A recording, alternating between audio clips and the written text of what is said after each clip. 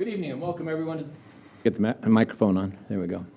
Good evening and welcome everyone to the special closed session meeting, Monday, September 25th, 2023. We'll call the meeting to order at 5:30. Ms. Clerk, if you would read the roll, please.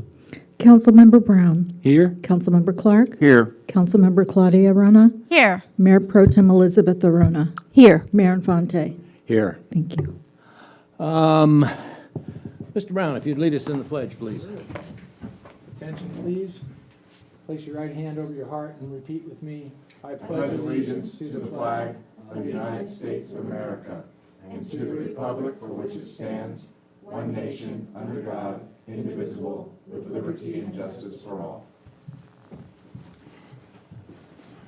Okay, Mr. Attorney, if you would tell us what this closed session is about. Mr. Mayor, I might suggest if there's any public communication first on the closed session item, and then I can go ahead and announce it. I don't see there's anybody here or on Zoom, so I think you can go ahead, Mr. Great, Attorney. thank you, Mr. Mayor. City Council meet in closed session pursuant to Government Code Section 54-956.9, Subdivision D, for a conference with legal counsel on one item of potential litigation, or I'm sorry, 2 items of potential litigation. Thank you very much. At this time, we will adjourn to closed session.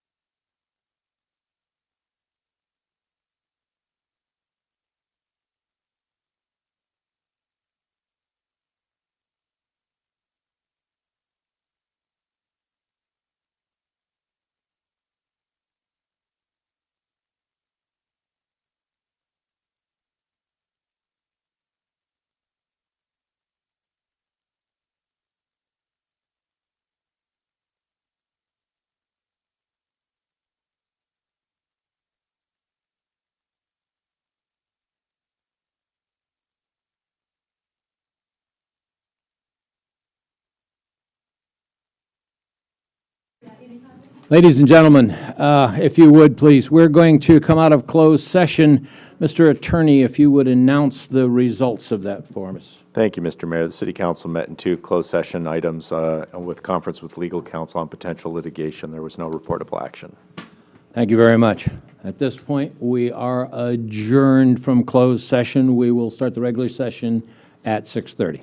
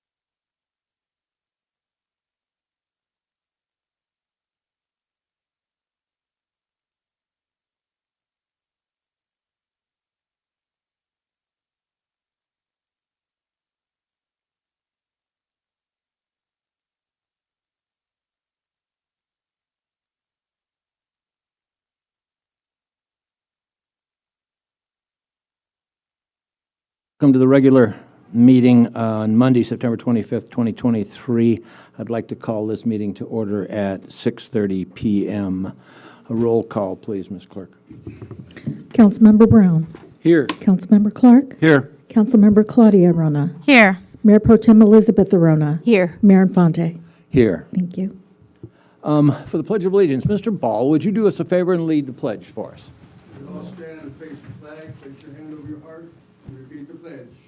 I pledge allegiance to the flag of the United States of America and to the republic for which it stands, one nation, under God, indivisible, with liberty and justice for all. Thank you, sir. Okay, we have no proclamations or commendations at this time. Presentations. We would like to have a presentation to receive and file a marketing service update. So, staff? Yes, we have our monthly report, and all of our players are here. John from TGA is here with a PowerPoint. He had a few things he wanted to point out. The others are here to provide support, answer any questions in the information that was presented. We're trying to keep it a little more concise. No question. Quarterly, we'll go into more detail, but I think we've had the conversation and they understand. Trying to keep the meeting moving along. So, John, if you want to pop up, and I'll put your PowerPoint up there. Thank you. Good to see you all. So the topic at hand is really the website, and I'm very happy to say that we're ahead of schedule. That, again, we talked about delivering this in 3 to 4 months. We're going to come in at about 2.5 months. We're planning on going live tomorrow. The link that you all have is constantly updated. So even though you got that link some time ago, it updates itself as you go. I want to thank the mayor. He's given us some good suggestions, and encourage you all to look at it. I will be very honest, it's an ongoing process. You know, we're catching the really big issues. We want to go live with it because the site is so much more effective with SEO and all the other things. But I want to thank Randy and his staff, and Anna too, for taking a look at the site, trying to discover some of the things that are old, things that need to be updated. And this will be kind of an ongoing process, but we're doing our best to include everybody. Certainly not anything that we want to do is not have a business listed that should be listed. So as soon as we hear about that, if we've missed something, or we kind of judge whether they have a website or not, and kind of using that criteria. But we assure you we'll get everybody on there that needs to be on there and give them the opportunity to sell their services. So I'll just go through the PowerPoint. I just wanted to take you through some of the positives of the new website, and then Claudia, who is our social media manager, she'll be here to tell you a little bit about social media, what we're doing on our side of it. And then Rick will be here to answer any questions you might have on the website as well, but I'll cover kind of some of the highlights. So the first one is basically the ease of navigation, both on mobile and desktop. Expanded main menu navigation with new categories, which are wine, shop, and blog, in addition to all the other categories that were there. The new design is to improve the mobile experience throughout the site, and it's very, very important because 70% of the people that go to your site only look at it on their mobile phone. So it's very important to capture that audience, obviously. So we always design mobile first, and making sure that it's very compatible on a mobile phone. There's a new event calendar with the ease of editing and placement of events. This is a really big improvement. It's been very difficult in the past for staff to add events, to do any type of editing, and not to go over what we've already talked about, but the problem was that the site had no new software updates for over a decade. So a lot of things were broken. A lot of things were difficult to use because the service that it was placed on hadn't been engaged for over 10 years. So we took all that in mind and made it more simple and easier to use. There's a new dining guide, new updated shopping and business listings, a new lodging directory with an easier ability to book. And we're all about getting people to stay in the hotels and build that TOT. New tracking installed and SEO enhancements throughout the site, which will help us on Google search and all the different other things that are part of that SEO situation. We have a brand new event calendar that now uses pop-ups to present info, which is great for the mobile experience. now functioning new blog. In the past, there hadn't been any blog updates since 2019, and the blog is very important, again, for search. Also, people certainly want to find out, what's current. So that new blog is now functioning and will be a great incentive also to promote events and for SEO, and also keeping the mobile users in mind with that blog. All elements of the site now can easily be expanded and updated and managed. We will certainly work with staff, but they will have the ability to go in and do things as well, so it's going to be very simple to use. And the new site is coming in at around 130 pages. So what I thought I would do is I could bring Rick on. He's joining us via Zoom. He's our webmaster, and he can answer any questions, and he's got a couple other highlights that I might not have covered. And also, I think he wants to talk to you about some of the Google Analytics that we did for this month. Yeah, good evening, Council. Just to keep it short, John touched on all the high points. Pretty much what I'll just give you a couple of numbers here with what your current website's doing. It's still averaging about 70,000 sessions a month for this fiscal year, which is running about 7% ahead of last year. Also, you've got in about 3,400 a month in lodging referrals, which are running up at 27% year over year. What I'm going to try to do is I'm going to try to get this report that I'm referring to Randy, so hopefully you can get it in your packets. And like John said, we're going to be launching the site hopefully tomorrow. And everybody's been working hard on getting it ready. And now from then on, we'll be just updating some outdated content. And we'll be adding businesses as they come along. One of the things that was pointed out to me by Anna, I think it was Anna or Candace, is that you have a new hotel that I didn't even know about, the Winston. So I added the Winston over the weekend. So we're all up to date on the lodging. And that's it for me. And any questions, I'll be happy to answer. If I may, yes. John just said we got 130 pages. How does that compare to other cities of our size? Is that a lot? That's Not that's too a much? little bit bigger than Pismo. Pismo's running at about 100. What I've done is actually, if you look at it, like you had, and I'll make the numbers up, but I'll be close. You had maybe 70 shopping pages, of which only 30 of them were really active.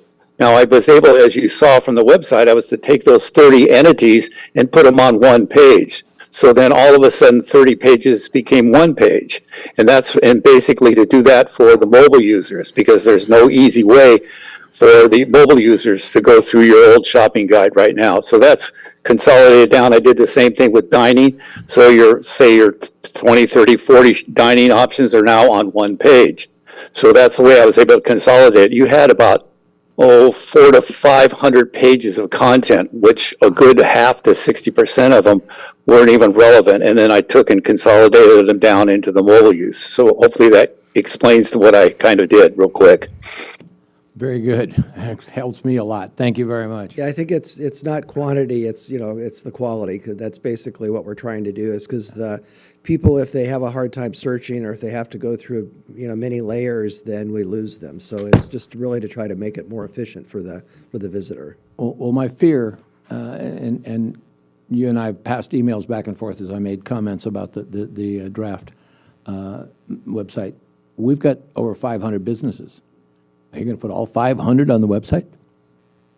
Well, We can. The criteria that we utilized was, one, do they have a website? Because it's hard. We Yeah. can certainly list them and we can list their phone number, but if there's nothing to link to, then that's a problem.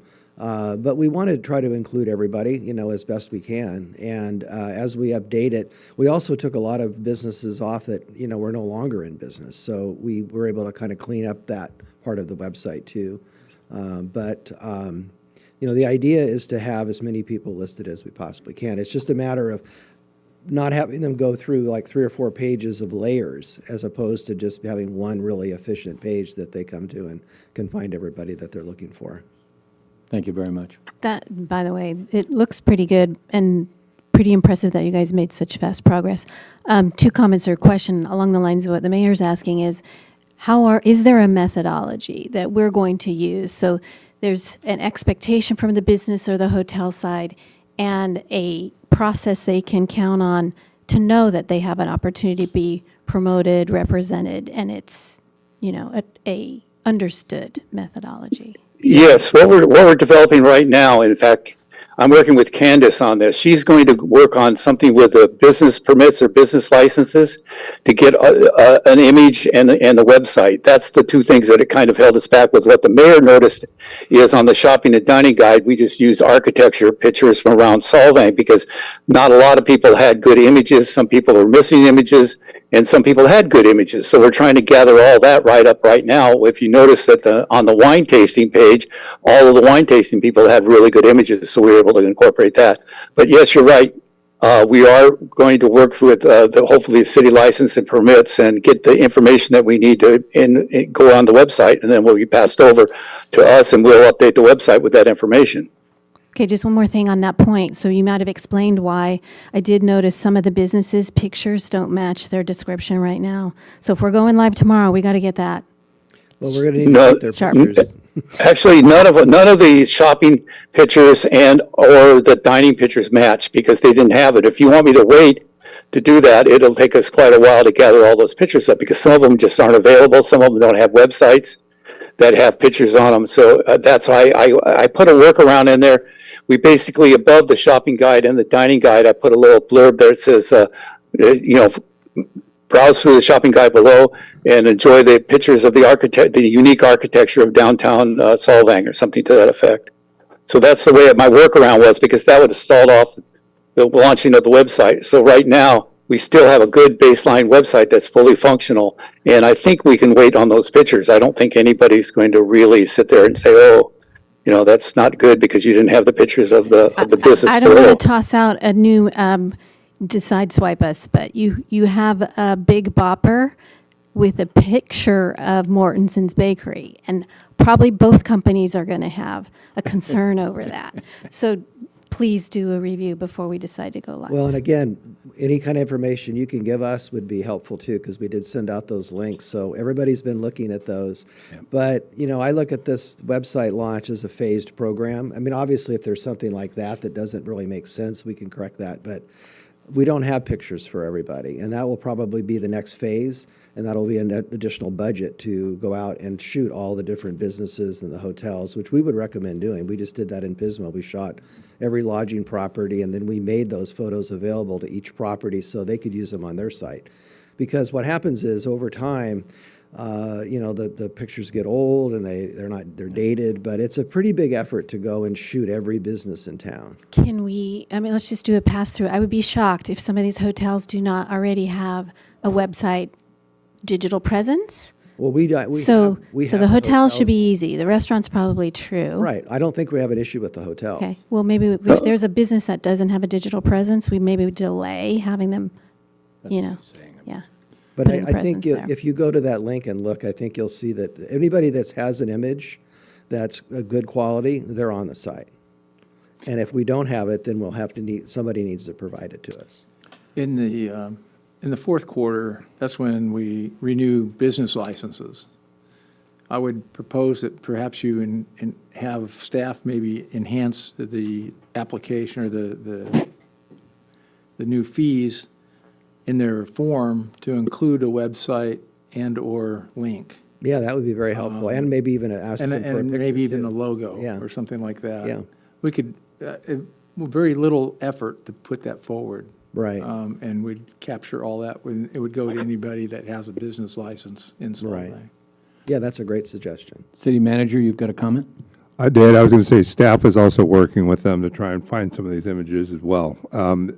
The other thing I wanted to point out, and John touched on it when he first started talking a few moments ago, but for those businesses in town who are no longer linked to our website, it's not intentional. We did our best to due diligence to find the current link, to find an updated website, but in some cases we were unsuccessful. So for those that are out there listening, watching, or getting on the new website tomorrow or the next day when we go live and they don't see their business assigned, please let us know. It certainly was not intentional. And the last thing, I just wanted to confirm, Rick, the website is solvangusa.com, correct? Correct. So I didn't hear that mentioned, so I just want to make sure everybody knows. I just want to say also, we do, I think, in constant contact, Step up to the mic. that we have I believe that we have Solvang business listings as well as the consumer-facing listings in constant contact. Those business listings probably need to be updated, but we could send an internal just to our business community email blast telling people we're about to do this, and please send us something, or please check out your listing if it's there, or tell us if it's not. So we could do that too. Yep. You know, one of the aspects of going live is to be able to get people to see it and to respond. And I assure you that we're set up to respond immediately once we get a new listing to put it on the site. What we've been concentrating on is the bigger picture of it all, which just functionality and being able to put events on the website and being able to have a blog that actually works, that's not dated back to 2019. So those are the big picture things. We also, along that same line, though, have anybody that's given us information as far as any listings that we're missing, anything like that, we're constantly putting those on up to this point in time. I wanted to go live tonight, but Rick wanted to have one more day for everybody to kind of give him more businesses to put on. I know I've sent you a couple of Yeah, and I appreciate that websites very much. and a couple Still of- struggling, guys. You have some wine tasting rooms that are outside of Solvang. So I don't know what our policy is for the website if we're not only promoting Solvang businesses. Well, I think you should, I think with the hotels, it's a little different because we talked about having hotels that are outside of the area because they don't pay TOT. And those hotels outside those areas didn't have your properties on their website. However, if somebody's staying in Solvang and there's a really great tasting room that's, 5 minutes away or 10 minutes away, I think you should probably include them. You're sending them Pismo's a out of good the city. example of that. We need a policy on that. We need to, that's a great example of how we decide what our website function is, as opposed that whether we're sending people out of the city or encouraging them to go have deep itineraries in our town We're going to do both. and having them stay here because the depth of the city has so much to offer. We're going to do both, but it's your call. I mean, you get us the policy and we'll follow that. But I think you've got to put it into the eye of the beholder as far as the tourist is concerned.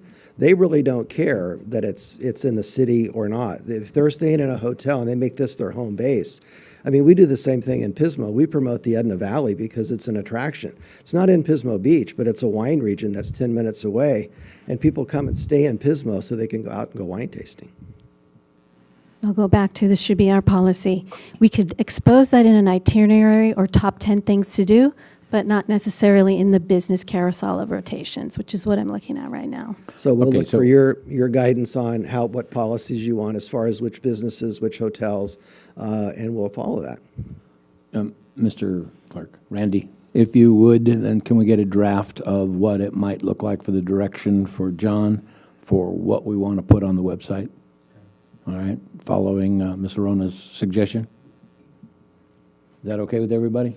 Yeah, all this minutia and these nuts and little bolts are something that shouldn't be done at a city council meeting to the public when it's such a group thing. This is like, we're talking about dotting T's and crossing, or dotting I's and crossing T's. Have a meeting about this. This isn't for public consumption, for the whole city to sit through Well- and go through all this isn't right, this isn't right. Let's have a meeting outside of the city council about this stuff. We can do that. That's a great suggestion. But I do like the idea of announcing it in city council so that the businesses are aware that we're looking into this and that they should get in contact with. Macro, I totally agree with you. But I the don't- micro stuff, I think this is the wrong place for it. And please don't misunderstand me. I think you're right. I mean, I think it's important to have policies so we know, and when somebody objects or they feel like they're not being treated fairly, then you can go back to that policy and say, well, here's our policy on that. So we're all for it, and whatever was decided, we'll certainly carry that out. Thank you. Any other questions on the website? So this also gives us time to prepare the dashboard, which is our next phase that we're going to work on outside of that was outside of our budget, but I made some promises that if we were able to come under budget that we would still fulfill that. So we're planning on doing that too. So that dashboard will give you a real-time look at, as far as what the campaigns are doing. Also, different people in the city can get access to TOT reports, occupancy, all of those things. Whatever we feed into the dashboard and whatever the council feels is appropriate, then we'll get that worked out too. So we get working on that after the website's done. So I'll call on Claudia, if you like, for some social media highlights. Thank you. Hi, everyone. Our August newsletter went out on August 29th to 21,000 subscribers in your email database, and we had a 48% open rate, which continues to be astoundingly high, and we're really excited to carry that progress forward, and we really haven't lost many subscribers ever since we resurrected the account and started sending them again. We had 815 clicks on the email, and we featured late summer tips for traveling to Solvang, Danish Days, Solvang Festival Theater, and a lodging push, as well as a link to our social media accounts to drive followers there. Next, we have our local hood stories, which I have been creating in local hood. So far, I have made a bakery story, Danish Days, golf, and Italian restaurants, and those will be featured on the new website and Google Discover. The top performer at the time of this presentation creation was golf and Solvang with 8,200 impressions, but since then, it had the bakery story has surged and has 15,000 impressions. So we're getting very, very good results for the stories, and they are very helpful in increasing the time that people spend on the site. And they have a current completion rate of 40%. So once people click into the stories, they stick around until the end, which is great to see. We also started an ad for Danish Days, specifically to push accommodations, because we were trying to attract more people to stay in the hotels and fill them before the festival.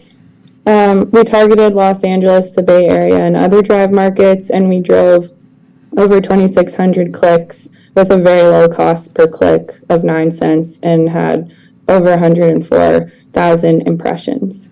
So that's it for me. Unless anybody has any questions, I can pass it back to John for some of the campaigns that we have planned for the fall. Questions, anybody? Okay. Thank you. So if we go back to the PowerPoint, I wanted to take you through, as part of our work scope and our contract, there was an advertising campaign in there that was going to be started in the fall. And so the first priority was to get the website done, because we're going to feed all of that response into the new website. So we're on target with that. This would be about a mid-launch. The main goal is to increase bookings and hotel stays, again, to grow that TOT and grow the general fund. Introduce the new target audience to the new and improved website experience. Create awareness interest for branding the city of Solvang, and create a comprehensive marketing strategy that follows the consumer to a path to book, stay, and visit Solvang, with an emphasis on midweek and obviously off-season, since we're launching this in the fall. And just to give you an idea, the 3 top categories for this is awareness, consideration, and action.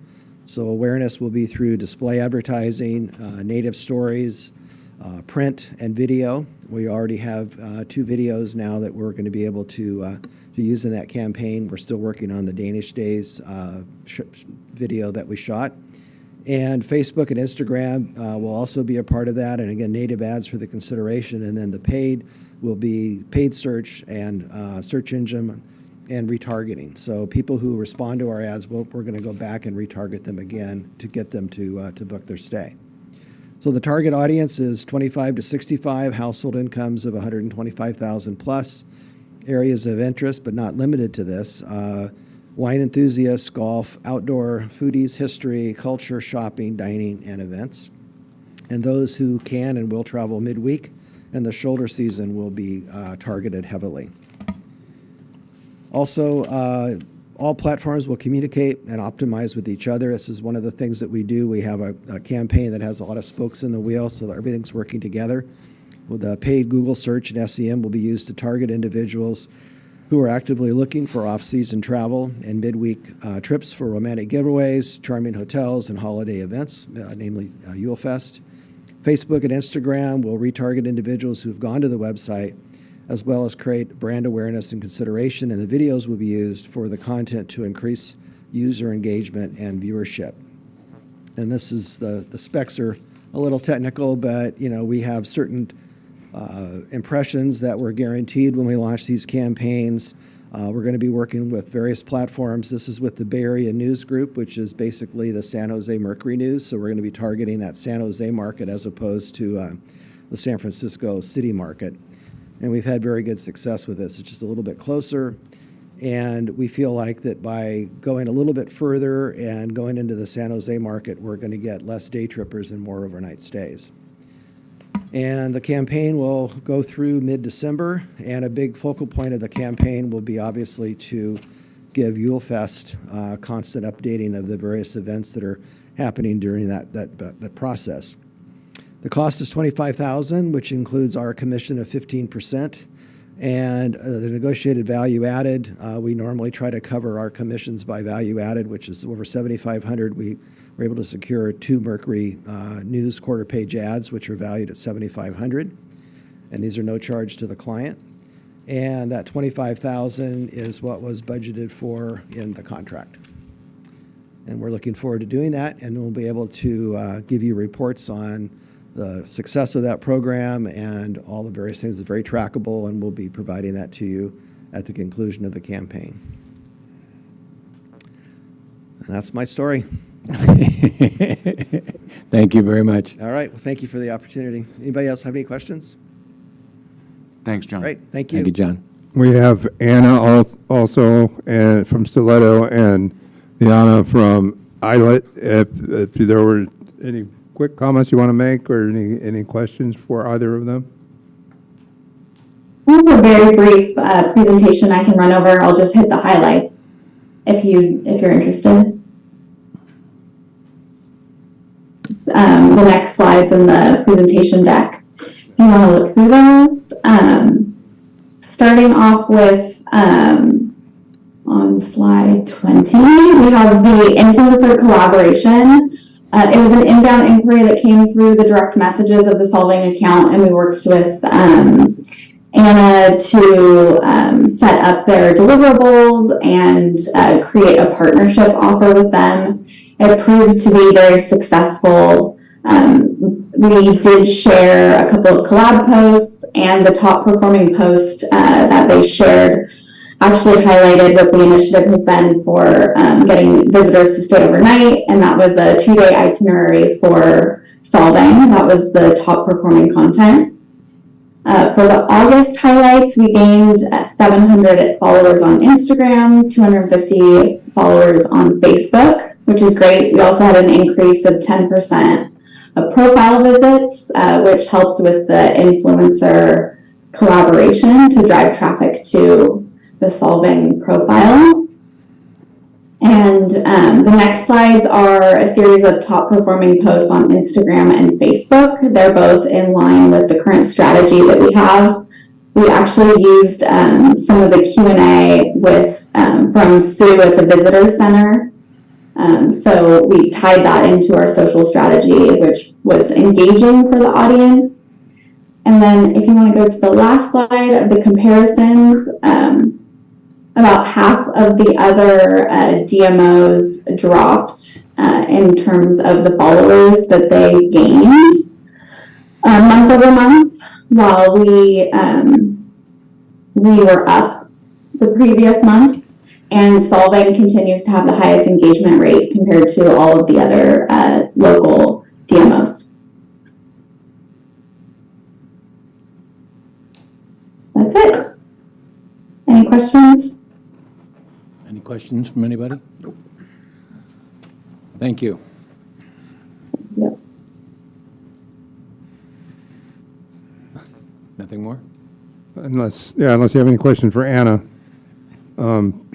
We do have copies of the Westways and Phoenix Magazine for anybody who might be interested to take a look at. I haven't looked at it yet, but I just received it. So effort continues. We're reaching out. We'll know what the results are soon. Thank you very much. Randy, I would highly recommend you take your time on going live with the website. We need to get it right. We don't really need to rush. No harm waiting a week or two more than having our businesses upheavaled over the wrong or lack of representation. Okay. All right. At this point in time, then, we are looking for public communications on non-agenda and consent items. And Ms. Clerk, if you would introduce that to the audience, please. At this time, excuse me. At this time, you may address the council on items not on the agenda and on consent. Time limit is 3 minutes, and we will start with in-person comments first. Thank you very much. I have a sign-up card from Mr. Jim Stewart.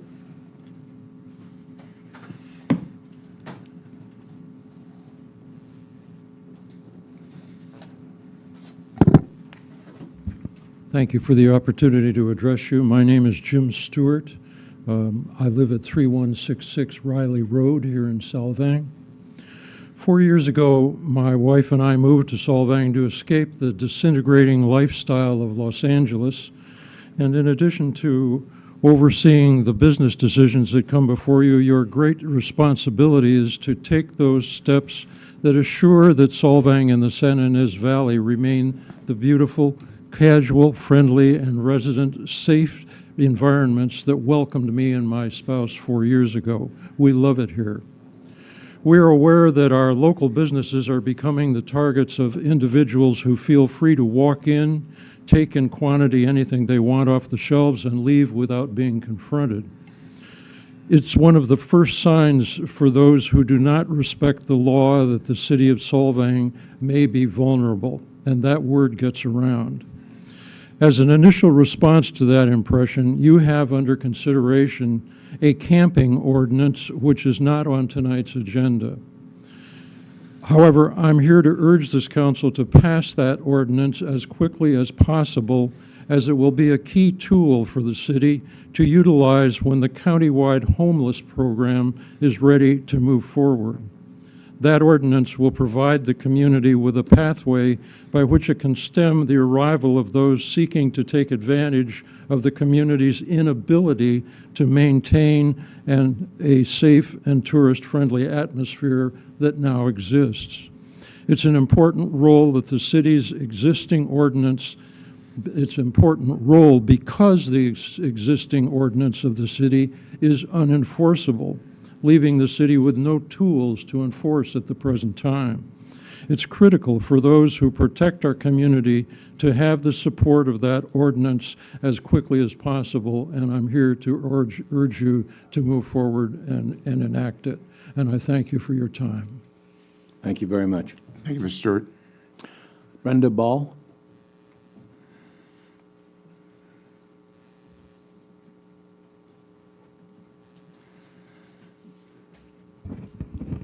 Good evening, Mayor Infante and the council members.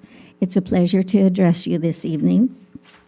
I am here with just a little bit of cheerful, unusual information. While visiting Colorado earlier this year, I visited Noah's Ark thrift store that supports a small animal rescue. This was in Trinidad, Colorado. I regularly support them when I am in Colorado. This time I saw a box of old postcards, and what caught my eye was a postcard of Solvang. So for $1, I got this postcard, and what else is interesting is that it is addressed to someone with the last name of Mr. Clark.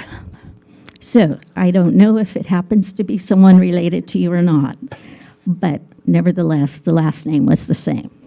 It says, "Hi, showing the Coloradians all the beautiful sights of our Southern California. We're having a great time. Love, Evelyn and Dane." So I don't know if you know them or not, but I thought that was quite interesting. I thought I'll it would be give you fun to share $1.50 with for you. it, though. 50% increase, yeah. I know you always hear bad news, so I thought, why not share a little bit of good news? I would say that marketing has lasting, unexpected effect. You never know where your marketing will end up. And my second little topic is I decided to do a little give back to Solvang. So as part of my give back to Solvang, my husband and I went out and visited all the restaurants in Solvang, including the coffee houses, the bakeries, and so forth. and we put together a print dining guide, which I have provided here, and which I've also provided to the hotels in Solvang. It's all free of charge. It lists all the restaurants, all the bakeries, the coffee houses, juice bars, and delicatessens in Solvang. Enjoy, and I thank you very much for your time. Thank you, Brenda. Thank you. Thank you, Brenda. That's incredible. Do we have anybody else in the audience that would like to speak now on a non-agenda item or consent item? Do we have anybody on Zoom that would like to talk? All right, in that case, we'll pass that and we'll go to the city manager's report. I don't have a lot. I was at the League of Cities conference last week and learned a few things. Take that information. I'll be sharing what I can with staff and council. And I'm digging through about 400 emails, so catching up. But yeah, that's my report for this week. Time ran out. It was perfect. Thank you very much. At this point in time, then, questions of the city manager's report? Okay. Do we have any council comments or requests?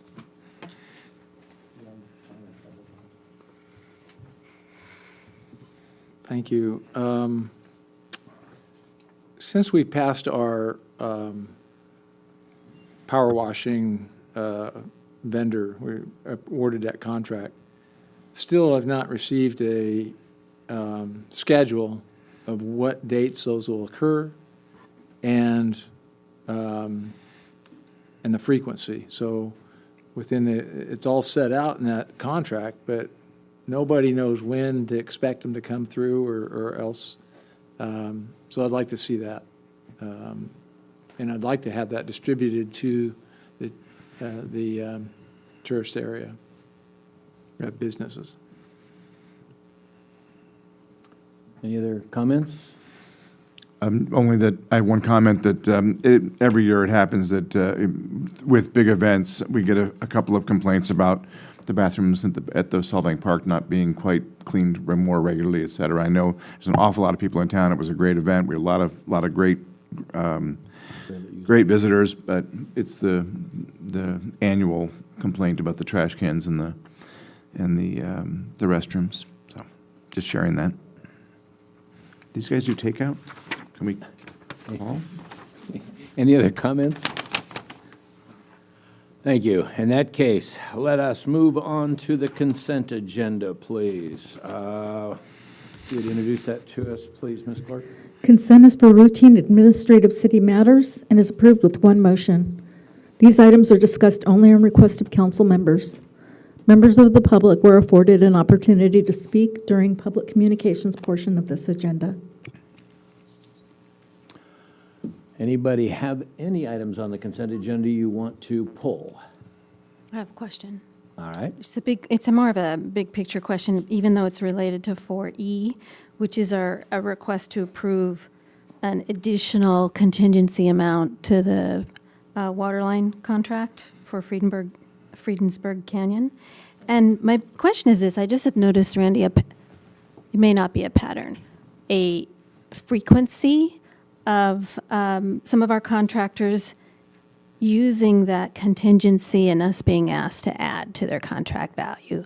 So my bigger picture question is, what are we doing to manage as best as possible our contractors who don't necessarily, I'm not suggesting this is happening, but that they're low bidding us and giving a margin of error as a contingency, and that they use that to be awarded a contract, or that we are managing along the way of the project to ensure we don't have so many contingencies. Thank you for that question. As far as contracts, is that me? Tell everybody who you are, I think is what she said, yeah. Roger. Roger Earls, Director of Public Works. So as far as contracts go, the Friedensburg Canyon was managed by the Utilities Department. We took it over. It had how contracts are put together is you have units. I'm not going to get too engineerish on you, but you have items of work, and there's a unit price for that work. And you assume, based on your plans and everything you put together, that it's going to be a certain amount of quantity. You're going to put 100 of these in. Sometimes you're right, and you just put in exactly 100. Sometimes you put in only 95, and you only pay for 95 of them. Sometimes you end up putting in 105, and you got to pay the contractor for 105 of them. On this project, there was a major overrun in asphalt. It was unknown at the time that the asphalt that was there was 6 inches thick. It was assumed it was 4 inches thick, and the trenches were a little bit wider. So it was a massive overrun in asphalt. We negotiated with the contractor, as we're allowed. If we go over 125%, then we're allowed to, anything beyond 125%, we're able to negotiate, which we did. But it was still well above and beyond the contract price. So we do have cost controls in there. We do what we can in order to mitigate things. The other one most recently where we did a notice of completion was the Alisal bank work. And plain and simple, that one was because we did a design that was from the top of a bank and from the golf course that was kind of like, it's about that much, because it was an emergency and we couldn't get in there and do any real survey or anything like that. But again, to answer your question, we do make great effort to make sure that when we go out to bid, that we're as accurate as we can, and we have our best guess and best scientific wild guess.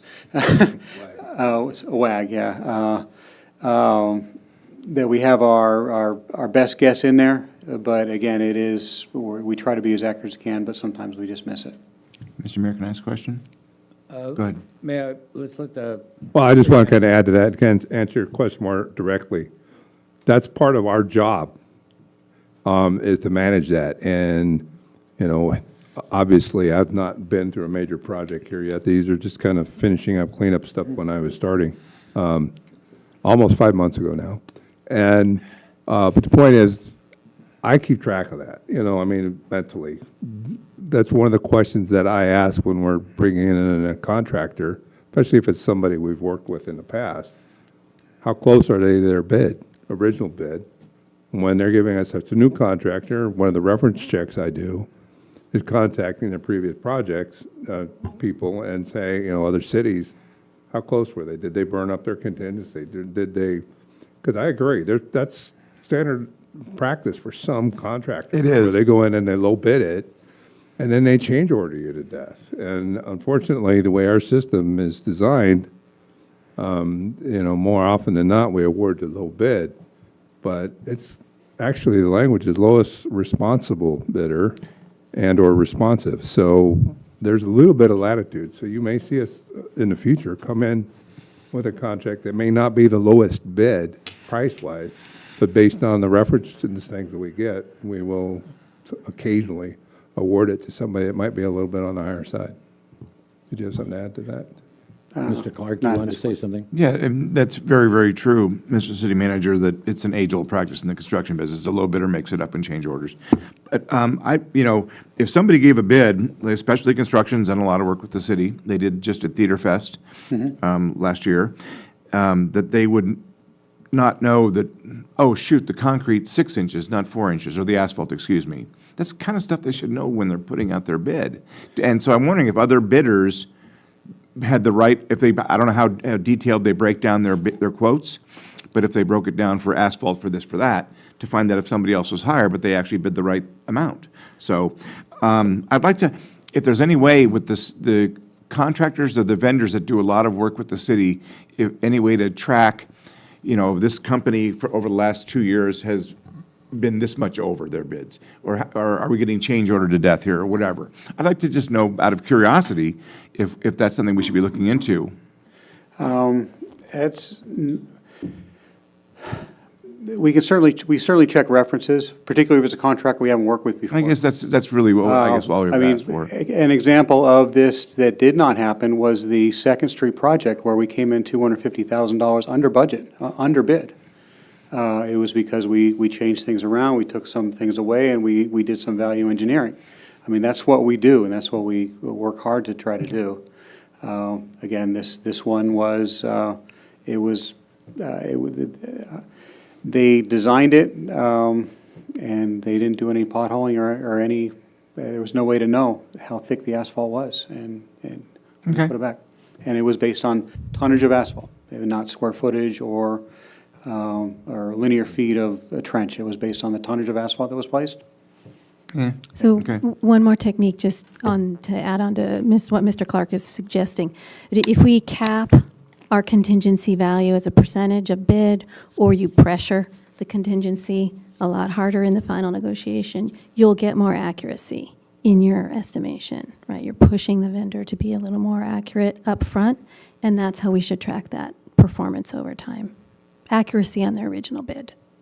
Mr. Attorney. I did want to point out, this is something that, that Mr. Murphy mentioned, the lowest responsible bidder. There is a process on the tail end where a council can make a determination that a particular bidder is not responsible based on past history, that they've done something where they've continually overrun their contracts.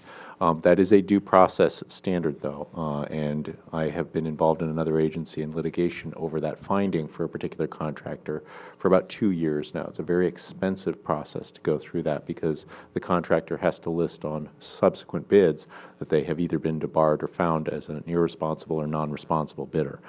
So if the council's looking to have that on the tail end to make that determination, I just want to temper your expectations that there is a long involved process in going through that. Thank you very much. I think contractors get a reputation of being that way, so it's not in their best interest. And I'm sure that most of them try and do a very good job of being upfront with what they think that's going to cost. Go ahead, I'm done. Thank you, but I'd also like to make one comment, if you've noticed.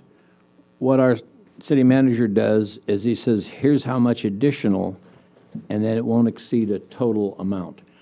I've been on this council for 3 years, and I've never seen the total amount put in there. It was always, here's how much additional. So we really didn't have a perspective on it like we do now. So I think that that's a great improvement over what we've seen when we take a look at this stuff. And I just wanted to make that comment. Thank you, Randy. Kudos. You want to? Should we make a motion, or you, sorry, go ahead. I had Go another ahead. consent item. On amendment for the Ruis contract, is that for an extension, or is that additional services? That's for a time extension until December to allow us enough time to get the RFP completed and Well, advertised. That's what we decided back in June, though. That's correct, and the staff has not been able to get it out just yet, but we're working on it. Okay.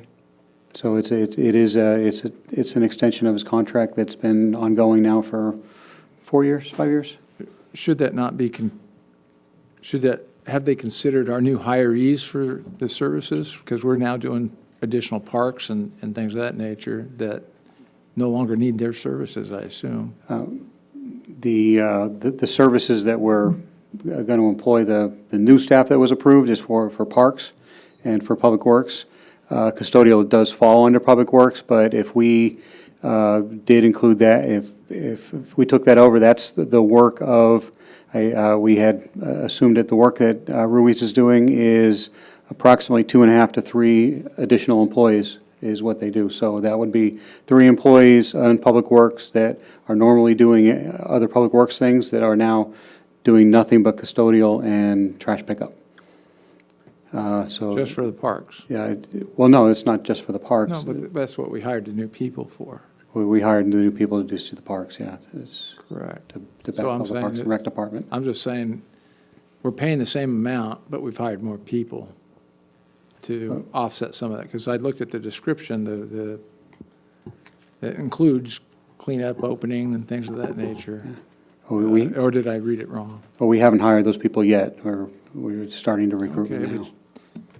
I'm trying to hold you accountable. I You said understand. we would be done, we wouldn't be kicking this can down the road any further. Yep.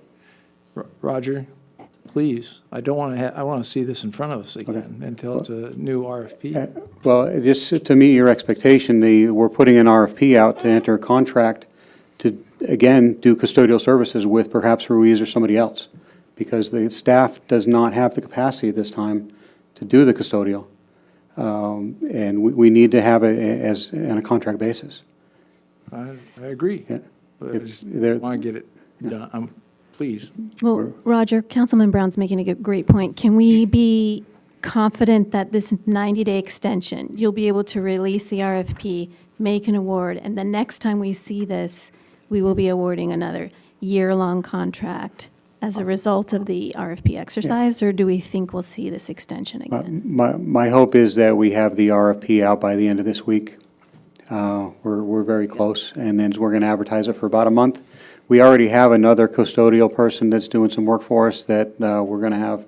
So when we do accept this, we're going to put it out to, and say we might be signing multiple contracts with multiple different folks, and that way we can have some on-call and kind of mix it up a little bit. Yeah, and I will share you one other comment that I received from our citizens regarding the parking of the vendors' vehicles on city property and streets.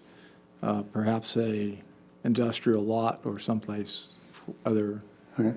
Most of our retailers and our hotelers and our restaurants, they all pay for additional parking. I did get a hard copy of the letter this evening, and what I will do is I will talk to our new planning division manager and ask him to pursue code enforcement, to see what we need to do for that. That's the avenue to take care of that. So a vendor, I'm going to ask a question. A vendor to the city is parking their company vehicles on city property, on city lots? Streets. City street. These streets. City parking. California Vehicle Code does not allow us to enforce city street issues, but if they are parking in our city lots, we can do something about it. Okay. I just wanted to add a little more clarity. The positions that we just, at the last meeting you approved for the parks was not custodial or among their duties, but it's not going to be their primary duty. They're going to be doing the mowing of the lawns, et cetera.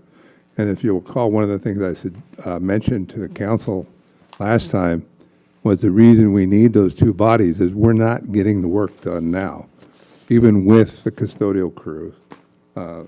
Council Clark mentioned a complaint about the trash not being emptied at this last event. That's with custodial help. So we don't have enough hands. One of the things that Roger was trying to do when I first came on, and I didn't feel I had enough time to analyze it to approve it, when we just did this budget review, was to add, was 2.5 or 3 people, just custodial staff, and that's all they would do. In this last mid-year, or the mid-cycle budget we just approved for beginning July 1. He'd requested it. Like I said, I wasn't prepared to approve that because we're also going to need to buy vehicles. And it just didn't pencil out based on what I was able to see. So unfortunately, as we talked about last time, the staff we have, if you look around the city, the fit and finish, I mean, we look good overall.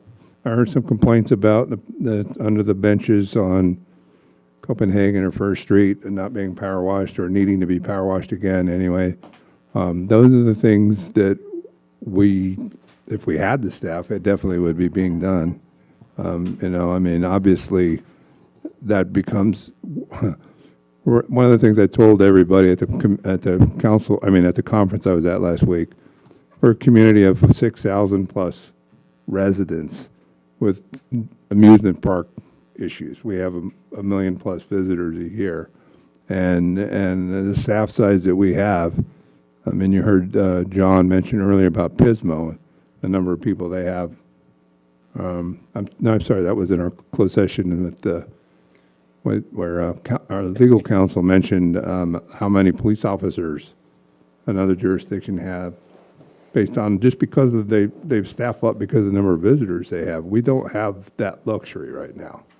That's one of the things we're going to be analyzing as we go into the next budget cycle. But it's definitely something that needs attention, and we hear you loud and clear. Thank you. Thank you. I'll make a motion to approve the consent items. I'll second it. Roll call, please. Councilmember Brown, Yes.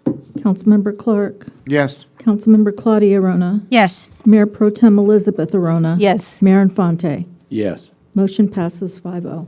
Thank you. Thank you, Roger. Okay, so item 6A, please, Ms. Clerk, if you'd introduce that to us. Discussion and possible action to approve a one-time purchase of a John Deere 210P skip loader in the amount of $130,988.98. Staff report, please. Good evening, Mr. Mayor, council members, and members of the public. The wastewater department utilizes a 210 skip loader, John Deere, to load sludge, repair roads and ponds, and any other in-house dirt work that's required. The skip loader is 23 years old. They bought it used from a rental company, and since that we purchased it, it's always had an electrical issue that has not been able to be fixed. If it breaks again, the city will have to put money into a 23-year-old tractor. Staff solicited 3 quotes from 3 different companies in Santa Maria. They used a Sourcewell quote, which gives the cooperative purchasing advantage to government agencies, ensuring the best price possible on the equipment. Staff received a quote from Quinn Caterpillar, Birchtold New Holland, and Coastline Equipment. Staff has looked at used equipment, and this model is hard to find.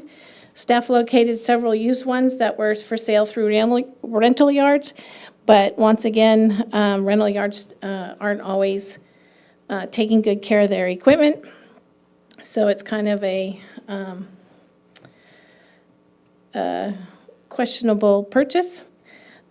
Leasing isn't cost-effective because we tend to keep our equipment for a really long time.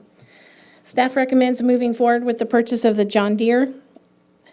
Although it's not the lowest quote, it's the middle quote, and staff thinks it will be the most reliable option for the cost.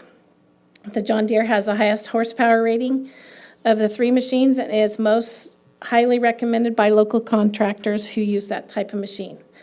The John Deere skip loader is built on a platform that is specifically designed to be a skip loader, while other manufacturers build their skip loaders on a standard backhoe chassis. Staff, the alternatives is to direct staff to select one of the other loaders. The purchase of $130,988 is a capital expense from the wastewater fund. The San Ynez Community Services District is responsible for 20% of the capital projects over $50,000. And Nathan is here if you have any questions about the skip loader? And that's the end of my staff report. Questions? Yeah, I have a quick question. Not so much about the new one. What's the salvage value of the old one? And is that in your budget as well? No. Do you know what? I don't know. Would you keep I it? haven't gotten it assessed. Would we keep it or get rid of it? You may want to keep that one and get rid of the Ford. We have Okay. another small tractor we used to grade the road. Yeah. Come on up, Nathan. So are we going to be net zero new tractors or equipment? Or we're going to have more, or we're going to have less? Well, we have a small tractor that we use to grade the road, and then we have this tractor that we use to load sludge. This one's larger, the other one's small. It's been with the city since 1990. Okay. So we'll either keep the Ford and get rid of the John Deere, or get rid of the Ford and keep the John Deere for. You don't know which yet? I don't know which yet, but most likely we'll get rid of the John Deere. And I haven't had it assessed on the price or what it's worth, because we need to have somebody come look at it. It wasn't just the electrical problem. There's a part of the frame that broke in the back, and the whole. I read the report. Yeah, the whole drag part of it broke off and bent. And they pulled it back together and welded it, but I don't know. That's why I'm hate to be asking. using it in the park and have it break, and Yeah, I just was wondering if the salvage value of the used equipment was in this budget. it is not. We have not. And you don't know what that salvage value would be to offset? I'm guessing between 10 and 20,000. Thank you. Hey, Nathan, I have a question. Hey, first of all, I thought that we didn't want to use the current John Deere because it might have a safety issue with this. That's the reason why we'll most likely get rid of that tractor. So we should salvage it. Yeah. Okay. So first of all, thank you for using the bid process that guarantees us the low bid and high discounts. Appreciate that. For sure. Appreciate all the work here. I do have a question, because I didn't see apples to apples on these quotes. And the main thing that I saw was the maintenance coverage, and the warranty period is not expressed on the low bid. It's 1 year on the John Deere and 3 years for the Caterpillar. Thank you, the high bid. So if we got a 3-year warranty on the John Deere, because it covers parts and what looks like an SOS, which would be if we have another storm or some issue, I took that to mean we would get some emergency help. And since we just had parts issues on, sounds like repeated parts issues on the John Deere, I know it's very old, should we get a 3-year warranty coverage? I could talk to the salesman and find out if that's an option. I honestly didn't even look at the warranty stuff. I had all of the options are identical as far as what the tractor comes with, but I didn't even realize that those were different when I looked at them. Should we do that? I can. Is it important? I would think so. Yeah, don't buy the extended so. warranty. I mean, if you, not- I mean, I definitely would buy the cat, but it's $15,000 more too.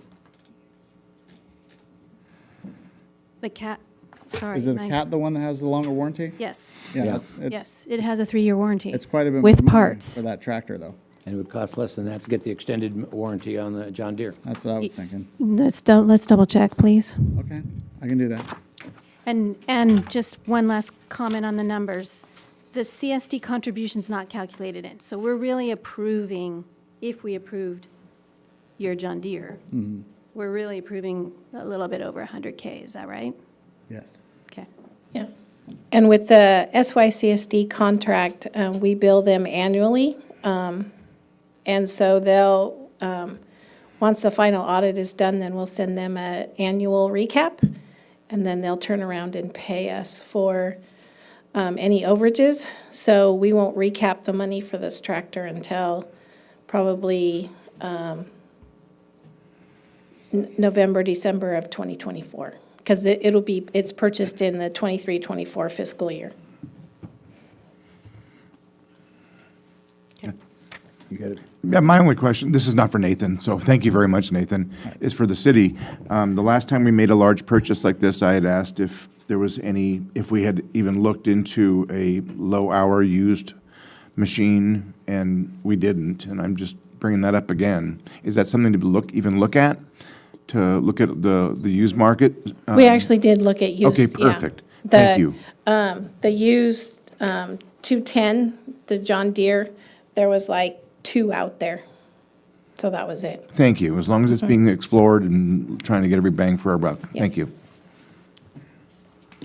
Any other comments? Nope. Do we have any public comments on this issue? Anybody on Zoom? Doesn't appear that way. So we'll bring it back to the council then. Last comments, questions, or a motion? I'll make a motion that we approve the one-time purchase of a John Deere 210P skip loader. Second? I'll second it. Roll call, please. Councilmember Brown. Yes. Councilmember Clark. Yes. Councilmember Claudia Arona. Yes. Mayor Pro Tem Elizabeth Arona. No. Mayor Infante. Yes. Motion passes 4-1. Okay, going on to 6B. If you would introduce that to us, please, Ms. Clerk. Discussion and possible direction to provide policy direction on changes regarding special event municipal code and special event guide. Staff report, please.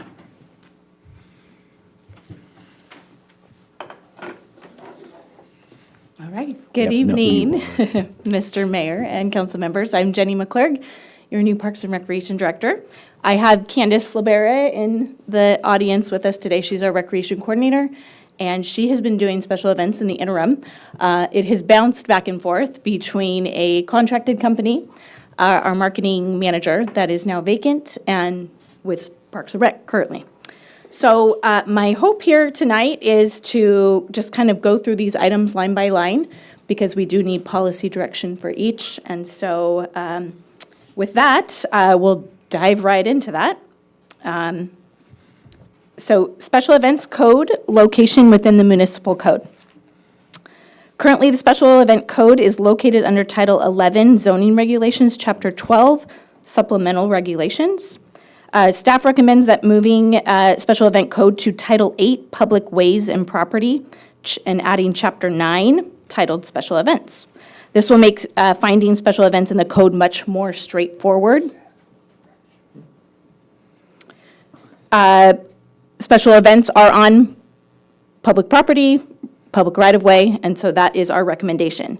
So do I have any questions or comments about this line item? I do, well, I think that makes sense. My only concern is if somebody wanted to hold a special event on private property, you know, obviously it uses a zoning use that is normally Yeah, that would be not a allowed. special land use permit. Okay, so, and that's going to be handled through planning? Correct. Okay, I'm just, and, yeah, I'm just wondering in an applicant what, you know, process if the process will be any different, whether it is processed in private property or in public property. We could certainly differentiate the two, leave, that might be a legal question. Trying to pass the buck. I think the issue mostly is that if we have an event at Theater Fest or at the Mission, it can spill over quite easily Right. onto public streets or be a part of thereof. How is that going to be handled, or how do you propose it?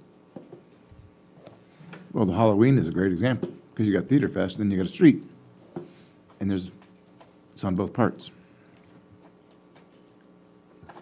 So, just so I'm clear, the question is whether or not we're going to be applying the special events policy to both public and private events and where it should appear in the code.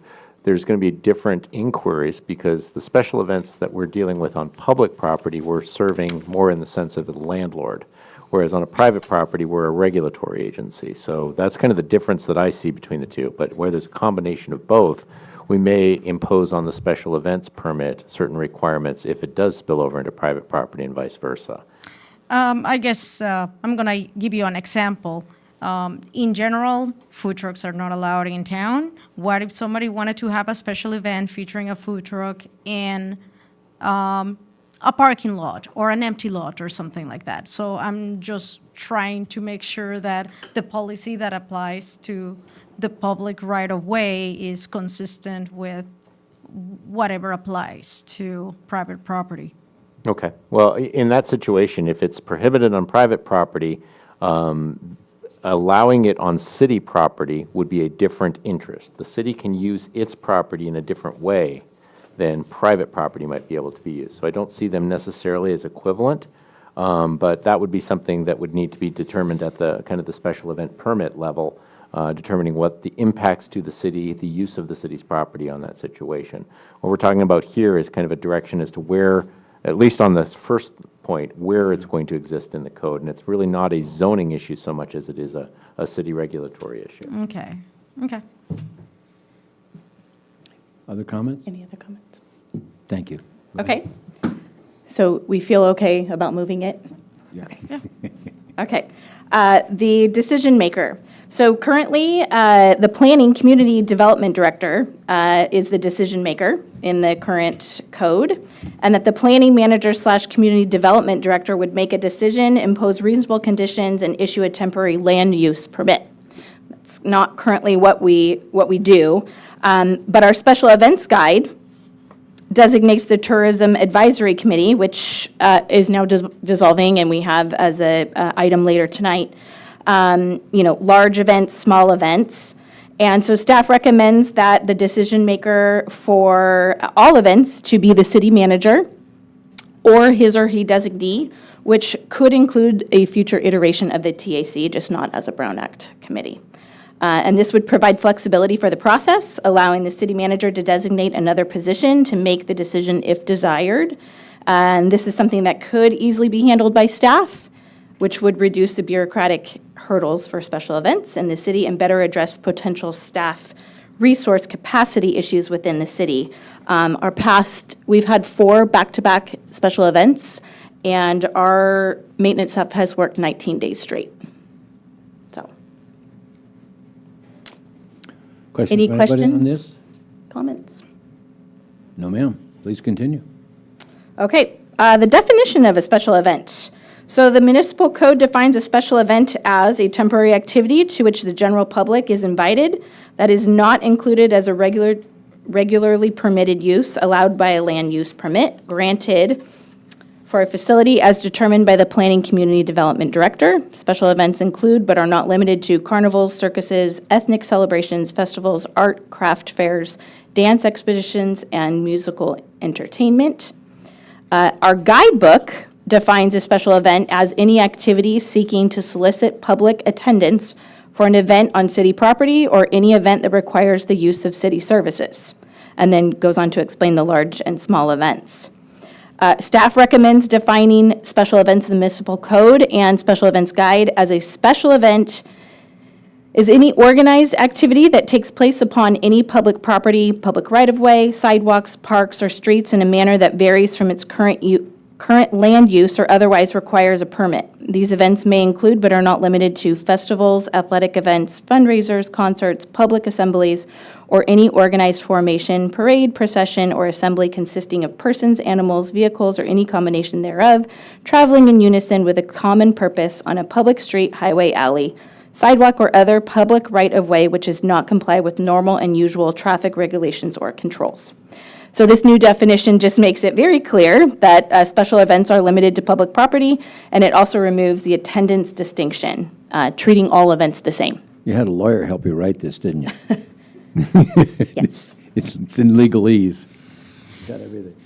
Any questions or comments about questions? the definition? Well, I was just making a comment. It's very interesting that other cities make a differentiation between special events and First Amendment events. Is there any merit to having that, or? Yeah, I believe the city of Santa Barbara referenced First Amendment rights. Yeah, I mean, anybody could use a public park, but, once they start organizing things and, attendance becomes an issue, we definitely want a process, to keep everybody safe, to make sure we have enough restrooms, sanitary type. But I think the question was, do we need a separate Because I just wouldn't want, you don't want your code to be conflicting with, peaceful assemblies or, people wanting to get together at the park to, advocate for whatever cause or, so I'm just wondering what what distinction you make there. Mr. Attorney. Well, yes. I'm thinking of situations where it could be a First Amendment activity. So say, for example, you have a street demonstration where you have banners that are going down the street. That could be considered a special event. And you have to take a look at whether or not the regulations regarding your special event allow for that activity and don't unduly hamper that type of activity. So some cities will put into effect a separate approval track for First Amendment expressive activities like that. If you give us direction to come back, and what we're seeking here is direction as to how you would like to see it. Ultimately, the changes that you'll see will come back in the form of an ordinance at a later point. So if that's something you'd like to see, we can certainly put that in there. And I have some ideas of how that would look because I've dealt with that kind of First Amendment expressive activities as a public special event in the past. Do you want to include that, Ms. Rona? Well, that's why I'm bringing it up, because I am wondering if, It should. this is something that is relevant, and certainly somebody might have a problem with it or not if they agree or disagree with the cause that somebody's bringing up on public property, but everybody has the right to use it nonetheless. So, counsel? But can they have a food truck? No, that's you don't need a food truck. No protest with food trucks, okay. I like the idea of a common process for all events, even peaceful assemblies or organic assemblies. Yep. So just to give you an idea of what that would look like, when we drafted the ordinance for my other city, we had a separate category for expressive activities, which includes the conduct, the sole or principal object of which is the expression, dissemination, or communication of opinions, views, or ideas, and for which no fee or donation is charged or is required as a condition of participation. So if it's a pure First Amendment activity where you're conducting a march down the street with banners, you're not charging for that. That's a First Amendment expressive. If you are conducting a special event where you're charging admission, that's more of a commercial enterprise. And so there are a little bit different regulations in that situation. So if you would like to go down that road, we can provide additional inputs into the ordinance of how that looks that would address those types of situations. I don't know to what extent those have come up in the past in Solvang, where it's been a pure First Amendment expressive activity type of event, but it's certainly something that we can factor in.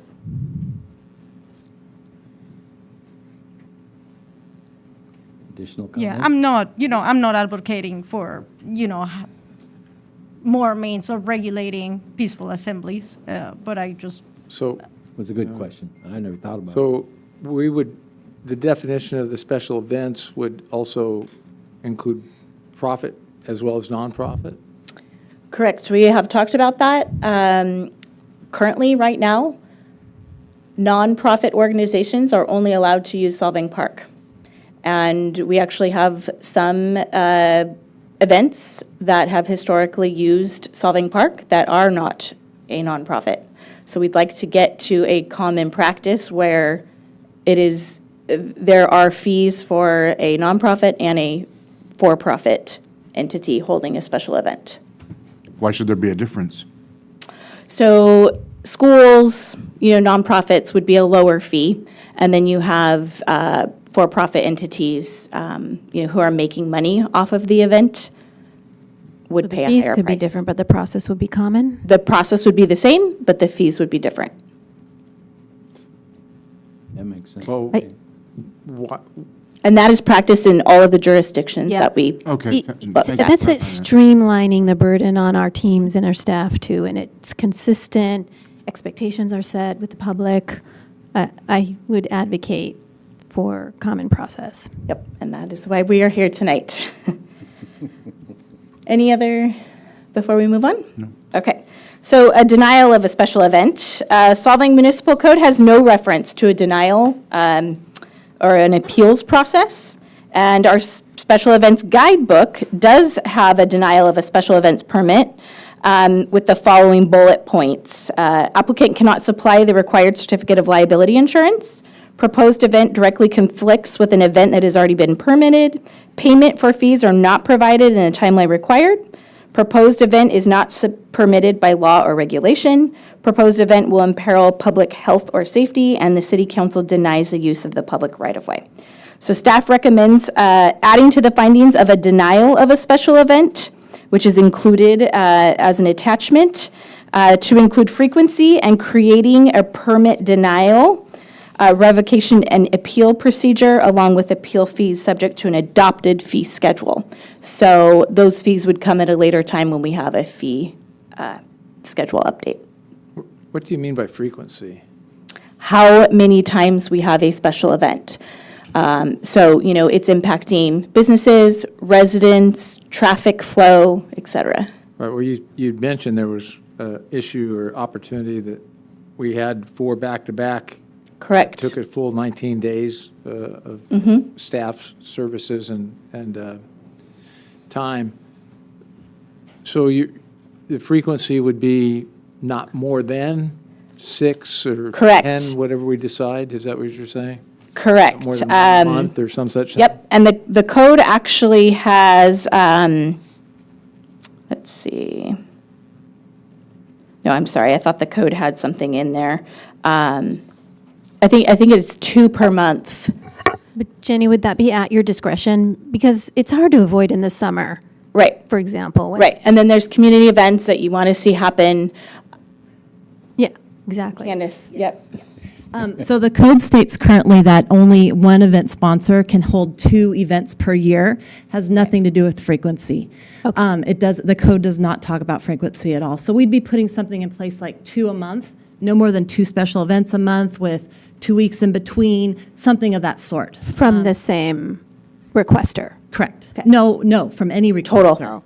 Because right now, what we've come up with is we have 4 weekends back-to-back events where we're closing streets down and such that take our maintenance staff. So devising some sort of frequency that makes it so we can still have special events and. But Candace, manage them. that's your baseline. That's our code, right? But can we make exceptions? Yeah, there would always be room for exceptions, and there is nothing in the code currently. We're trying to say there should be something in the code. Yeah. I'm with you. Yeah, there's significant impact to the commercial district every time you have something special interest. And to have them back-to-back is a major impact on them, similar to an EIR, And then you throw a food vendor market, what do you call it, or? Farmers market. In the middle of that every Wednesday, and that just adds to the confusion. So, and it may not be at that location, you still have the sphere of influence, the demand for parking and everything else that's going to adjust. So the special events need to be very targeted and, in my opinion, somewhat limited as to frequency.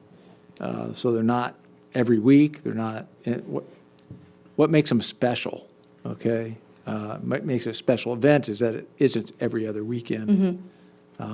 So I think. Is there we'd anything have that you'd some- like to see? Some maximum amount. I think A that's what certain you're number? proposing, isn't it? Is you're going to come up with a draft? Right, but This- is there any input as far as what you'd like to see? 2 a month? Well, I'd like to see. No what the- back-to-backs? I'd like to see what the impact is for retailers, hotelers, and parking demand, which is huge around here. So maybe don't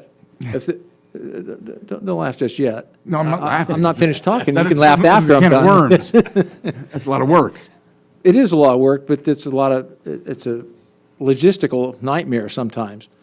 And so it might be that one of the proposals to have or to accept an applicant or a special event might include shuttle services from parking how would that occur?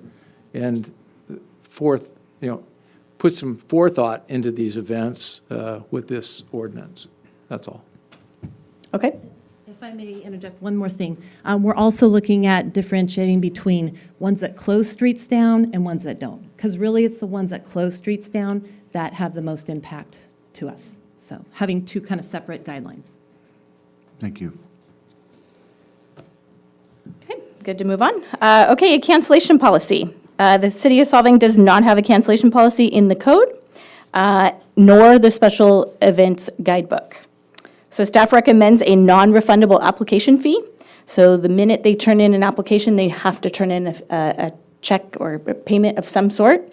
And if they cancel, they do not receive that back. So staff goes to a lot of length to work with them, and then they cancel. And so we are trying to recoup some of those funds. All for it. No question. Makes good sense to me. Okay. Okay, a deposit. The City of Solvang does not have a refundable deposit policy in the municipal code or the special events guidebook. Staff recommends adding refundable deposit. This fee is refunded after the event if requirements were met and no damage to city property incurred. A fee can be obviously established at a later time with a fee schedule. So this is a just-in-case fee?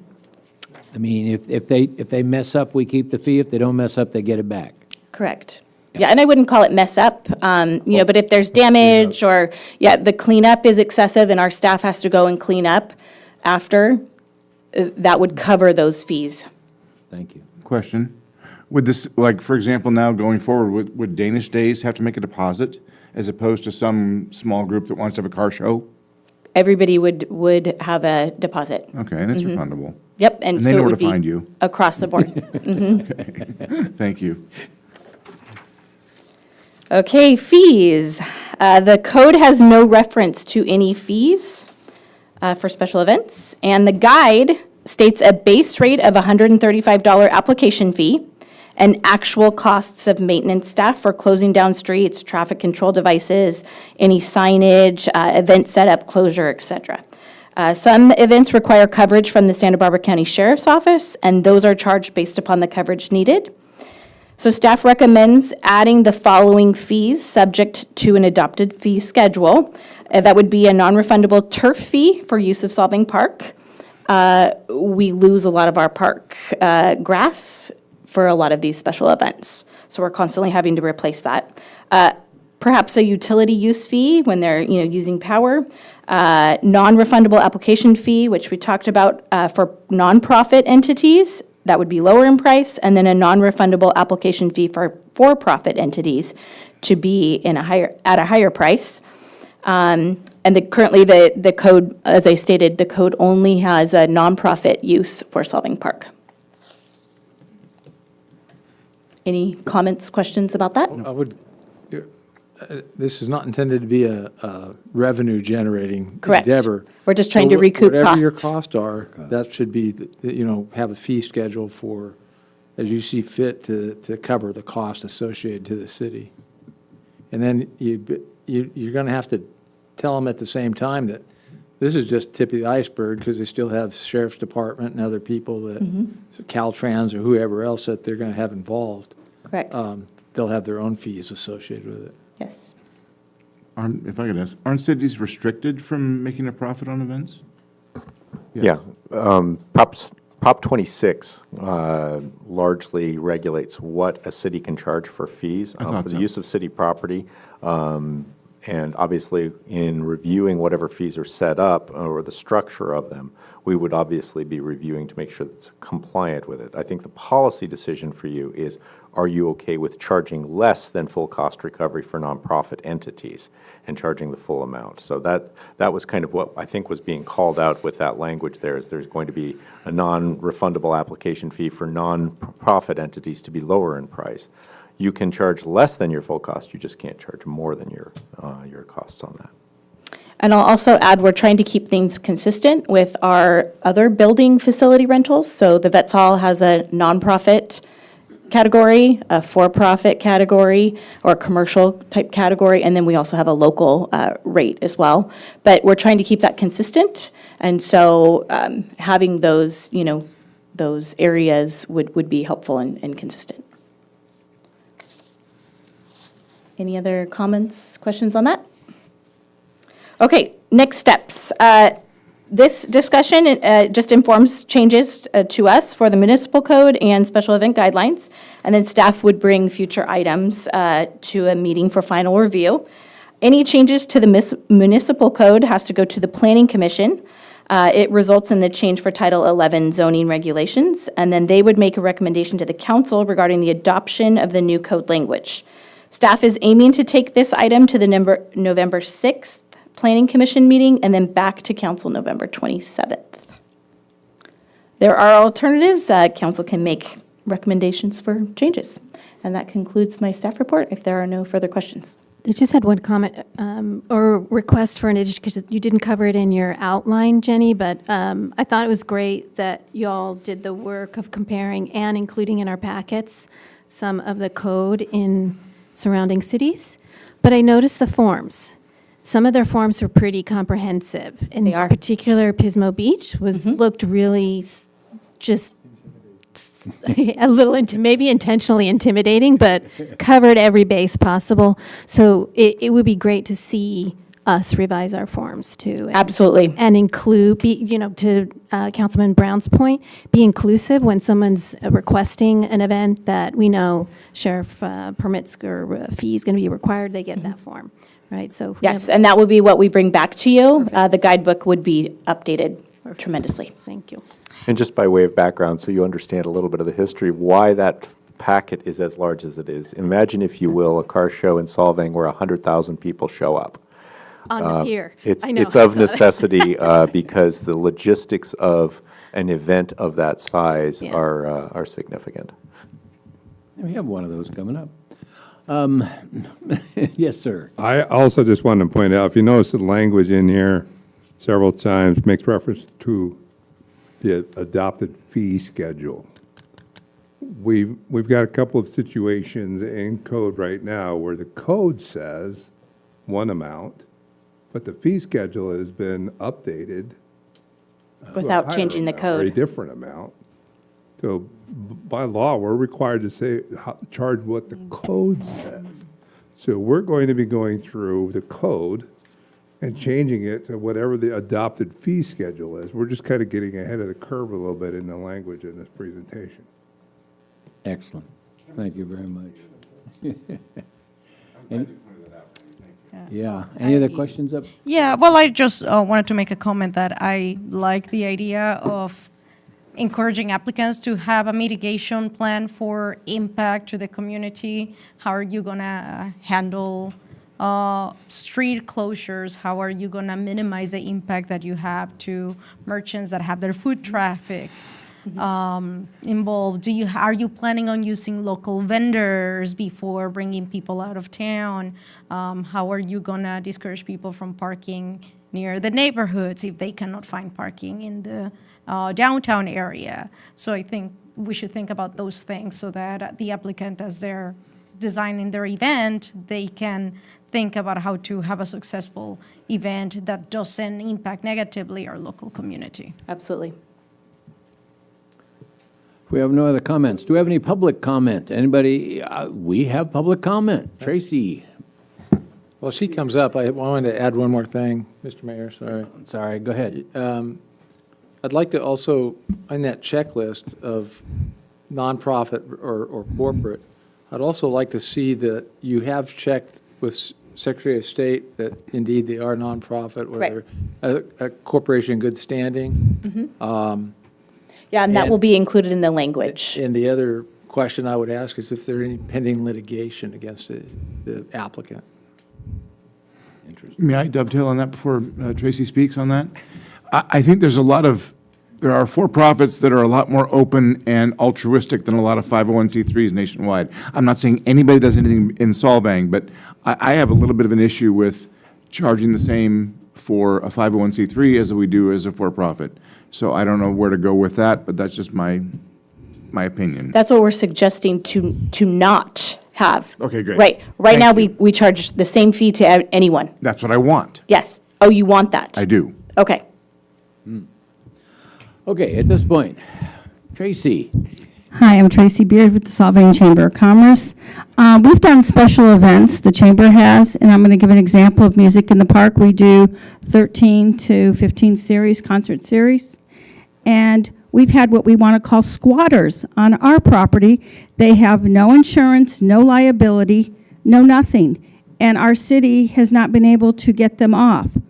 And Mark has been there at some, past council members, city managers have been there, the police have been there.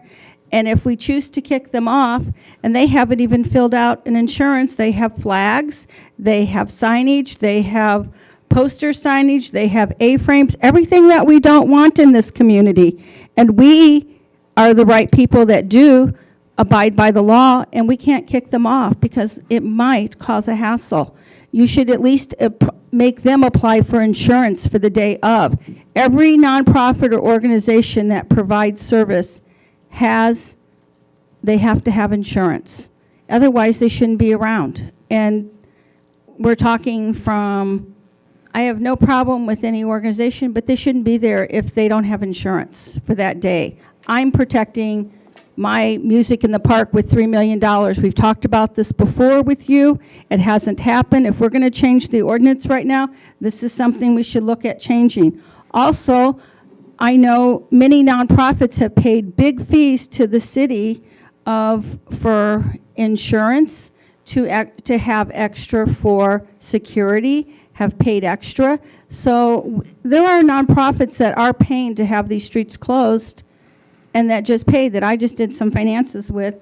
And I just want to make sure everybody gets a fair shake because we are paying the city, some of the nonprofits, for the 19 days that they were closed. That was included in some of the contracts that I just recently looked at. So this is true that, yes, people work 19 days in a row, but that's, part of working the city, and yes, we are underserved. And I think if we're going to look at that, we need to make sure we're not having squatters in our programs, that you have insurance, you make sure they have the right forms too. Thank you. Thank you, Tracy. This is a code enforcement issue, basically. Absolutely, and we will be bringing an item back. There are some issues, not unlike the homeless situation, that there is currently case law that makes it difficult to enforce. So we're going to be working with legal counsel and hope to have something before council. Well, these are organizations that are sitting up and they don't have liability, and they shouldn't be there. Right. So that's something we need to be able to aware of. So it's kind of how do we address that? And Did talk to the lawyer. well, we have, and that's why I would say we have had discussion about bringing something to you soon. I'm sorry, I missed.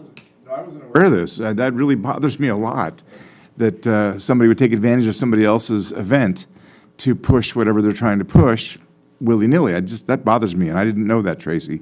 Thanks for bringing that up. Mostly it's like food carts. There's been a couple of different Right, issues, and we can but talk that's the about biggest that. one, but yeah. Yeah. Thank you. That needs to be looked into. Go ahead. Mr. Beebe, you wanted to speak.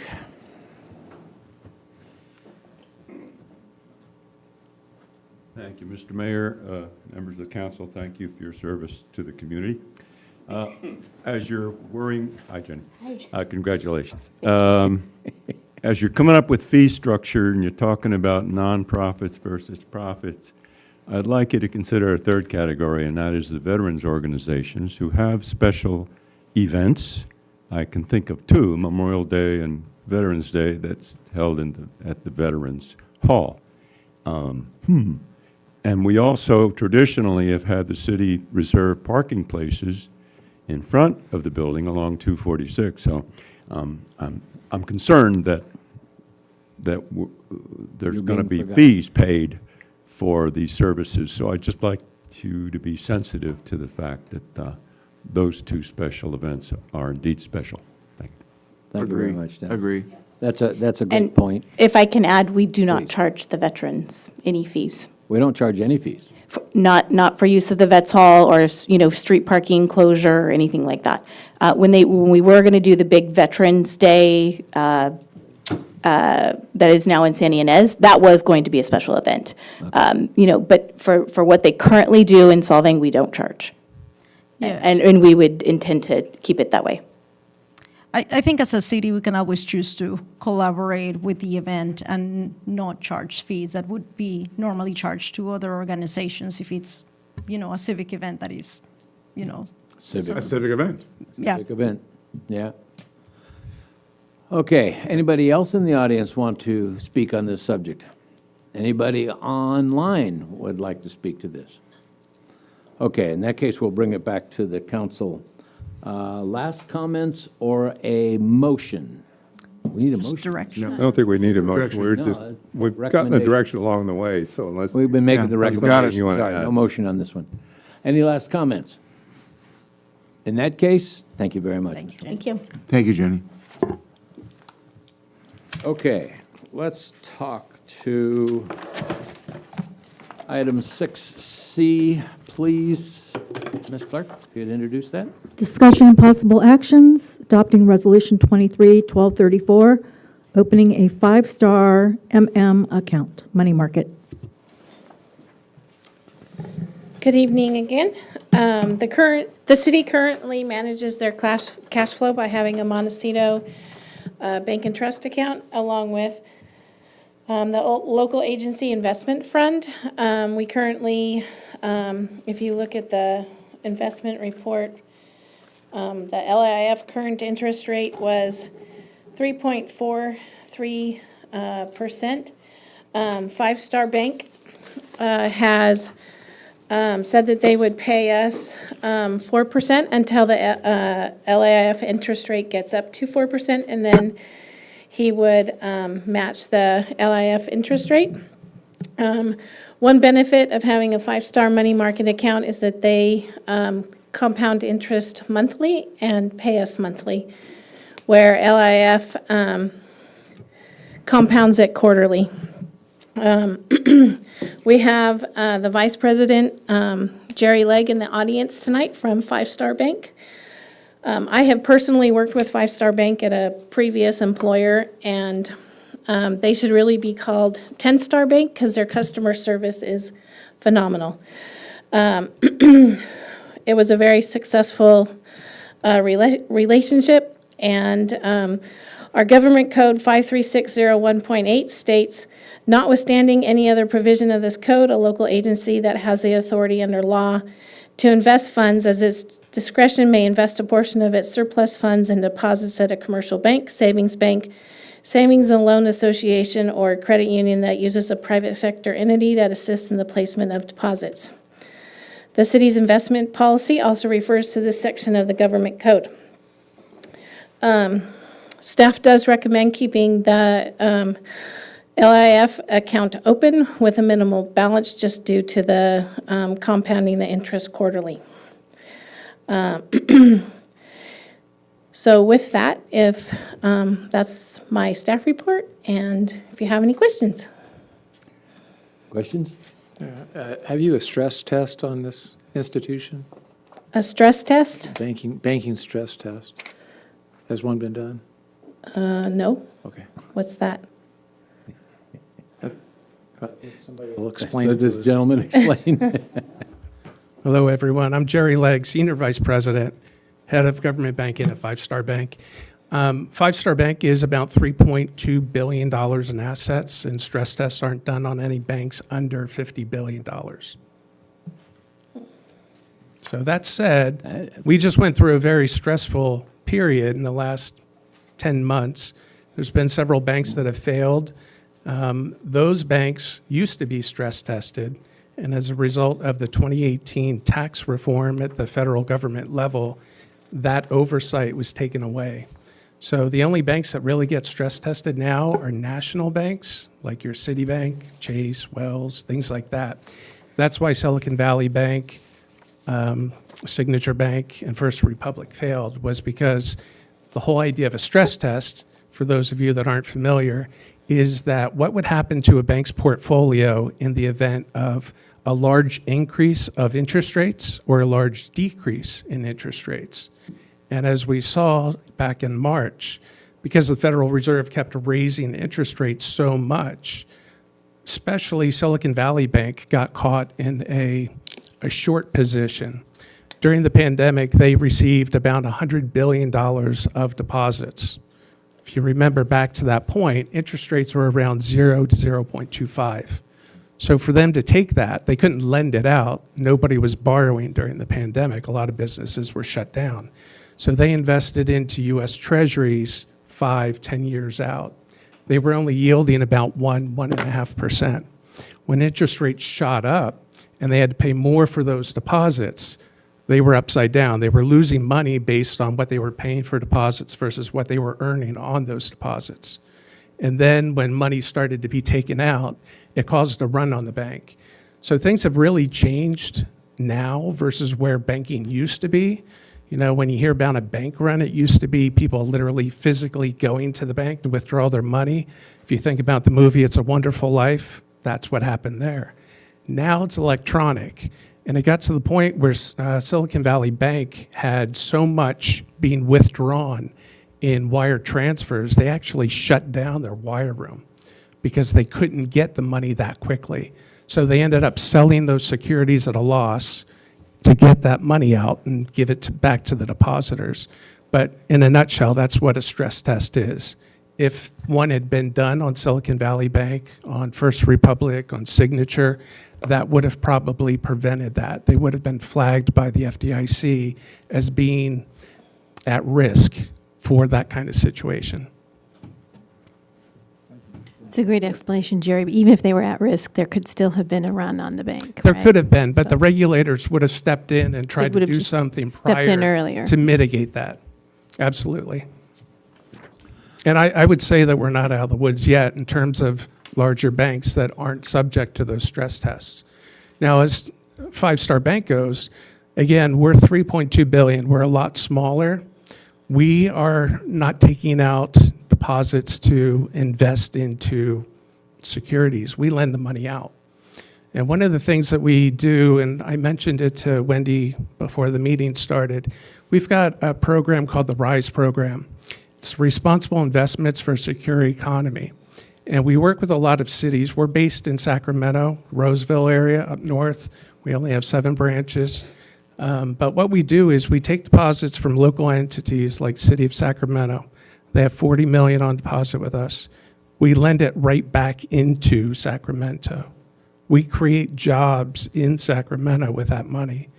We've been able to do that with each of the cities that we work with, City of Elk Grove, Rancho Cordova, Sacramento, Rockland, Roseville.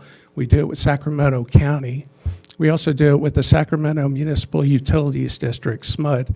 So that's something that we provide, and that would be something that the city can consider along with this deposit into the money market account if you so want us to do. Question, if I might, Sure. Wendy.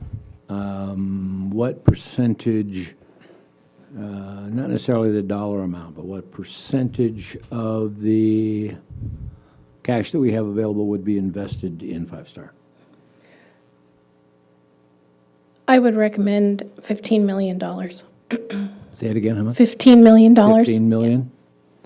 The next question then is, if we need that money, are we allowed to take it out at any time, or is there a time limit? No, it's liquid. It's completely liquid. You can take it out same day with a wire transfer. We don't charge any fees. The contract didn't have any conditions for withdrawals articulated, so there's no conditions, is what you're saying. So that contract that's in your packet, when you open up an account, there's 2 documents that are needed. The first is contract for deposit of monies. That is basically straight from government code. That says that we have to collateralize your money at all times. So every single penny, it's not just FDIC insurance. We have to pledge securities in order to ensure your deposits at all times. The second document is basically just a signature letter that says who the signers will be. But in terms of the account itself, you would have same-day access. Money market accounts from the federal regulations stipulate that you're limited to 6 withdrawals per month. The way I always consult my customers is there's 4 weeks in a month. If you did 1 withdrawal each week, you still have 2 extras. And again, we don't charge any fees for any kind of wire transfers.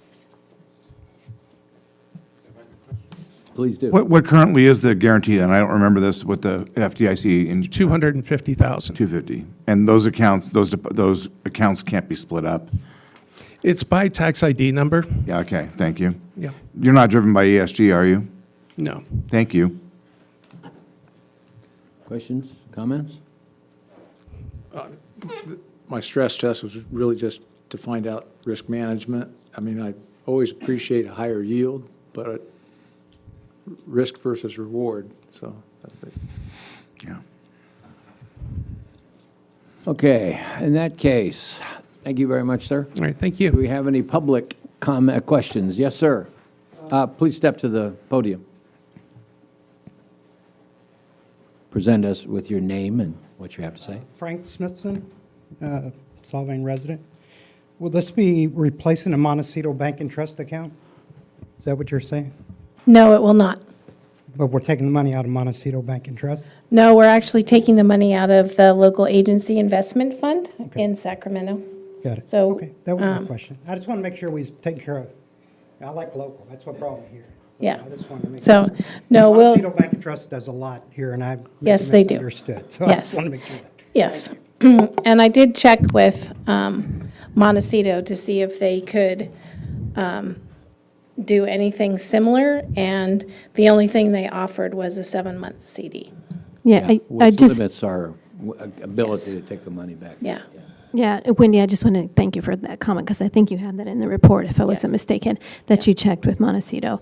But to be clear, the money that we're talking about, the 15 million, is currently in LAIF, and we're going to Correct. move it to Five Star. Correct. With this approval. Correct. Okay, perfect. And the only difference is we get monthly interest versus quarterly interest. Yep.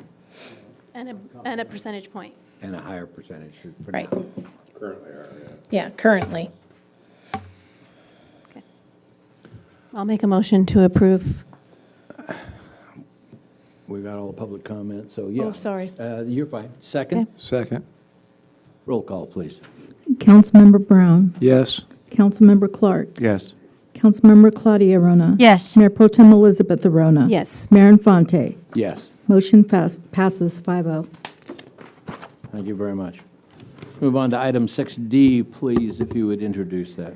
Matt. Discussion and possible action to introduce for first reading by title only ordinance number 230370, removing Chapter 5, Tourism and Advisory Committee of Title II Boards and Commissions of the Solvang Municipal Code to dissolve the Tourism Advisory Committee and making a determination of exemption under the California Environmental Quality Act.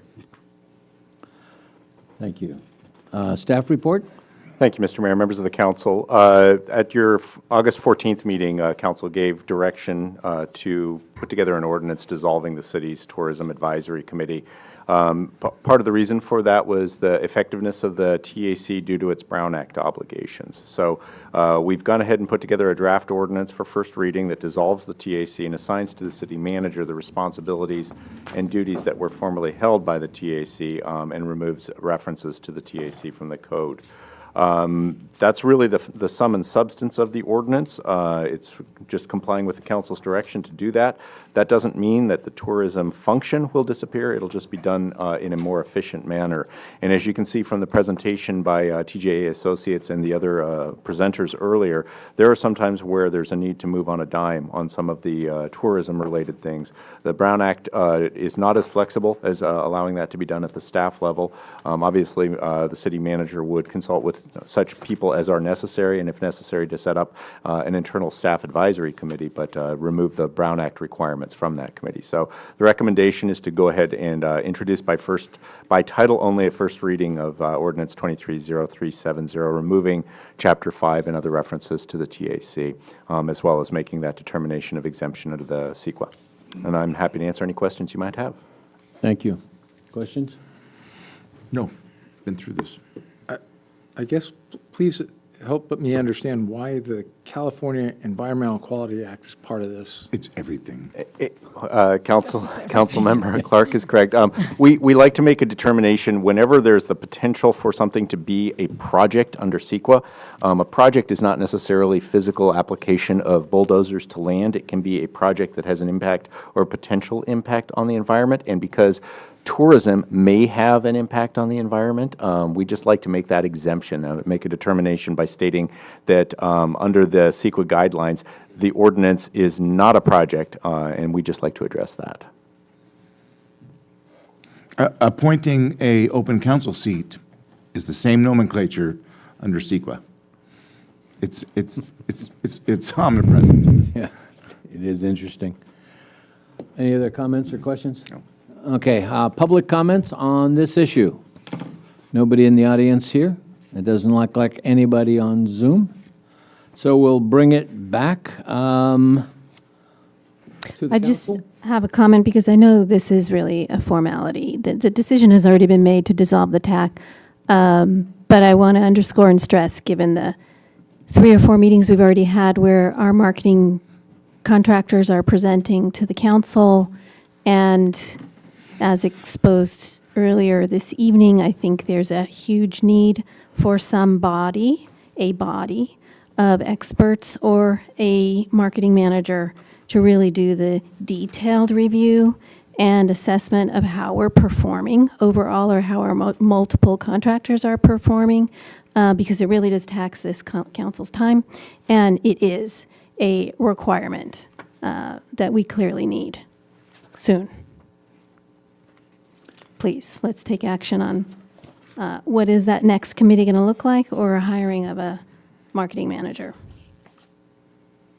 Any other comments or questions? Nope. In that case, we just need to say, yes, this is a first reading, or what's our process? A motion to introduce by title only on first reading. I'll make a motion to introduce by title only on item 6D. Yeah, I'll second that. Roll call, please. Councilmember Brown. Yes? Councilmember Clark. Yes. Councilmember Claudia Arona. Yes. Mayor Pro Tem Elizabeth Arona. Yes. Mayor Infante. Yes. Motion passes 5-0. Thank you very much. Okay, item 6E, please, Madam Clerk. Discussion and possible action to adopt Resolution 23-1235, adopting a records retention schedule and authorizing destruction of certain city records, and rescinding resolutions 00564 and 08810. Staff report, please. Good evening, council members and members of the public. I'm Anna Reporter, your city clerk, and the staff report is regarding our records retention and destruction catalog. A little bit of history in that our only retention schedule was adopted shortly after it was created in 1999 as a statewide retention schedule for municipalities. There have been subsequent constant changes in law and government codes and types of records and technologies that have come forward that have not been incorporated into the schedule. This has been a daunting task that has plagued every city clerk that has sat for the city of Solvang, and always competing needs thwarted the effort to bring that schedule forward. We contracted with a consultant, Gladwell Governmental, to help us facilitate this process. I was trying to do it on my own, and from the day I started, and it was taking obviously about 2 years, and I wasn't making the headway I wanted to. Obviously, because we had laws were constantly changing, and then we did need departmental input for these records, and that was something that new people came, and so we were starting over all over again. So before you is the retention schedule that we have thoroughly vetted and that the attorney has had an opportunity to review. I have had a chance to review with the city manager. All departments have been involved with the process, and it is taking into account with citations of the government codes that require the retention of these records and authorizes the destruction timeline.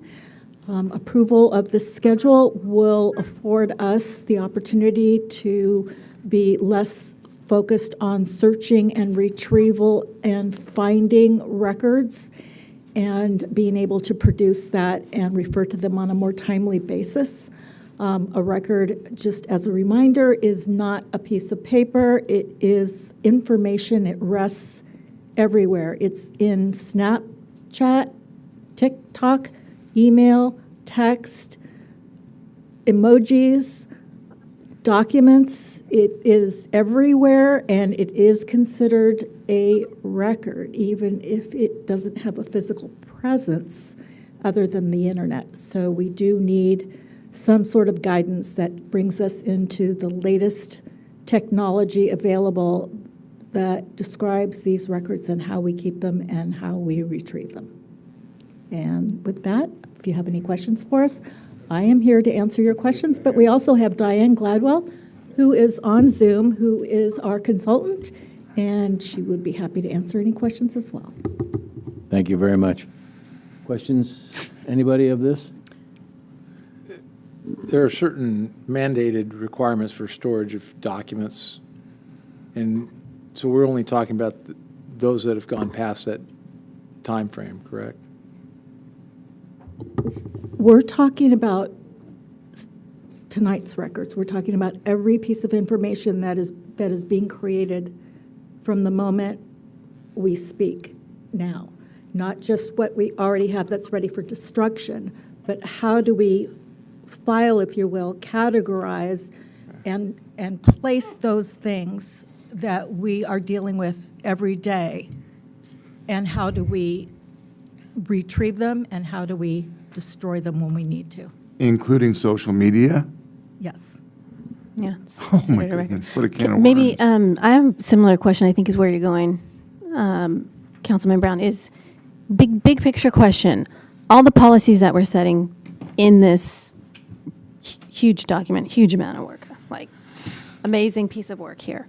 Are we choosing to meet the equal or greater than government code or legal requirement? So we're being as cautious as possible in our records retention policies.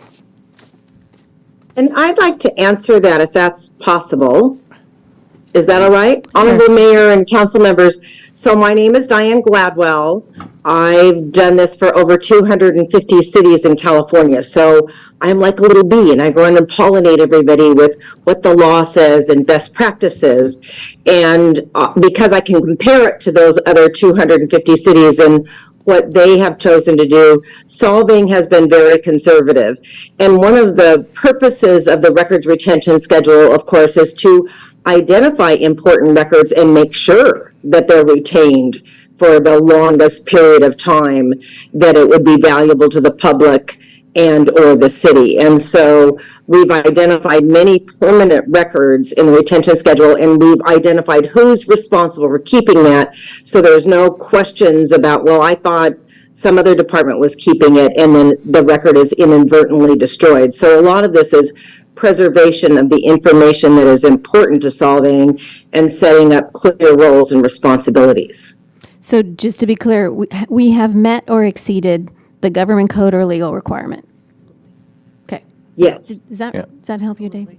And if I can just clarify a little bit, there are things that are not just government code. So the government code minimum standard 34090 is 2 years. There are records that have permanent retention, such as deeds, but that's maintained by the county recorder. But there are some that have best practices that are based on statutes of limitations. So you'll have employment records that must be retained for a period of 3 years.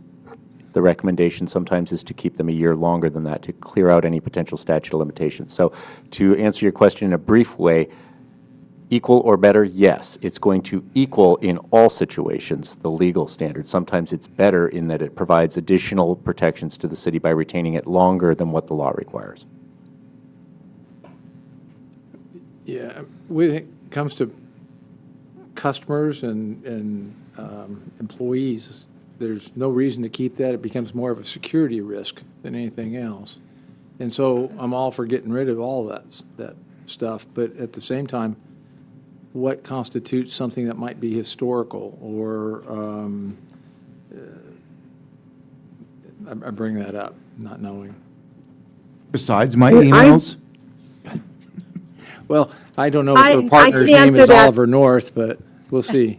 Oh, yeah. We've provided several safety nets in the retention schedule that like the city clerk can deem anything to be of significant historical value and retain it permanently. So we have several safety nets so that even if it's correspondence, which is normally kept for 2 years, if it's important, it's from the president or one of you, they can keep it permanently. That's how important you are. We know that. Which is so, I guess, what direction are you looking for from us? I did catch one thing. Just maybe two. In the HR category, and this might be just because we completed our labor negotiations with the union and we entered into our first time 3-year contract, the policy for the labor negotiation notes was 2 years.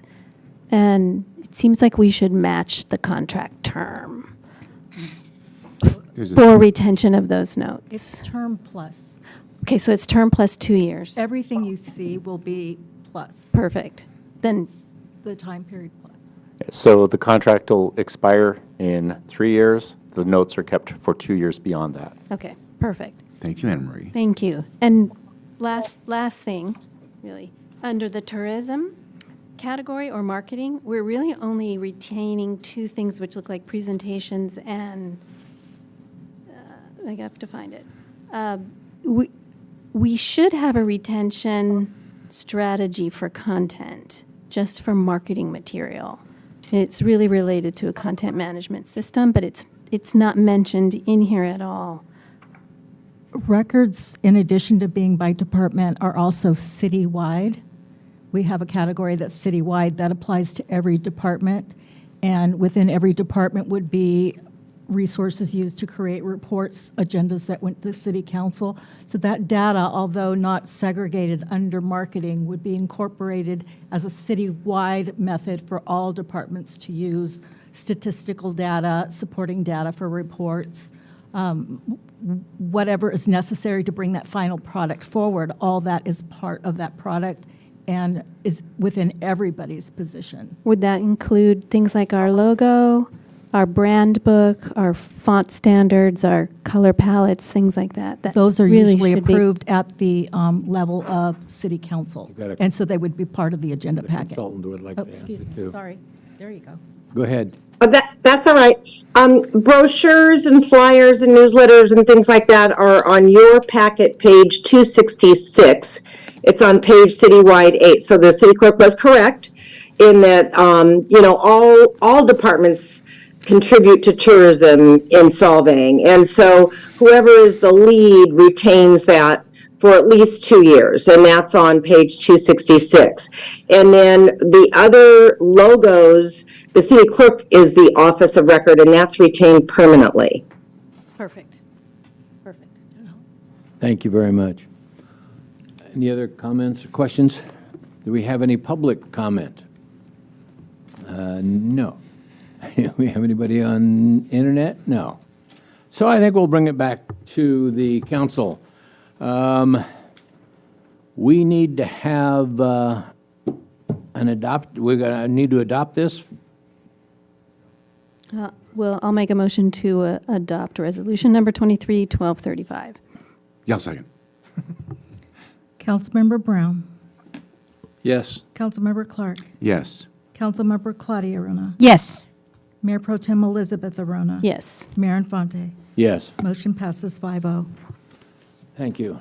By the way, that's a Thank you. mind-numbing amount of data. Everything's so complicated. It's just stunning how That's much. an amazing bit of work, guys. That's a whole lot of A work, lot isn't it? in there.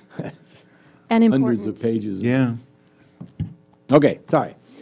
Let's go on to 6F. If you would introduce that to us, Madam Clerk. Discussion and possible action to approve an agreement with the County of Santa Barbara Sheriff's Office for law enforcement services in the amount not to exceed $2,856,941 for fiscal year 2023 through 2024, for a total contract amount not to exceed $12,545,748 for the term fiscal year 2023-2024 through fiscal year 2026-2027, and authorize the mayor to execute on behalf of the city.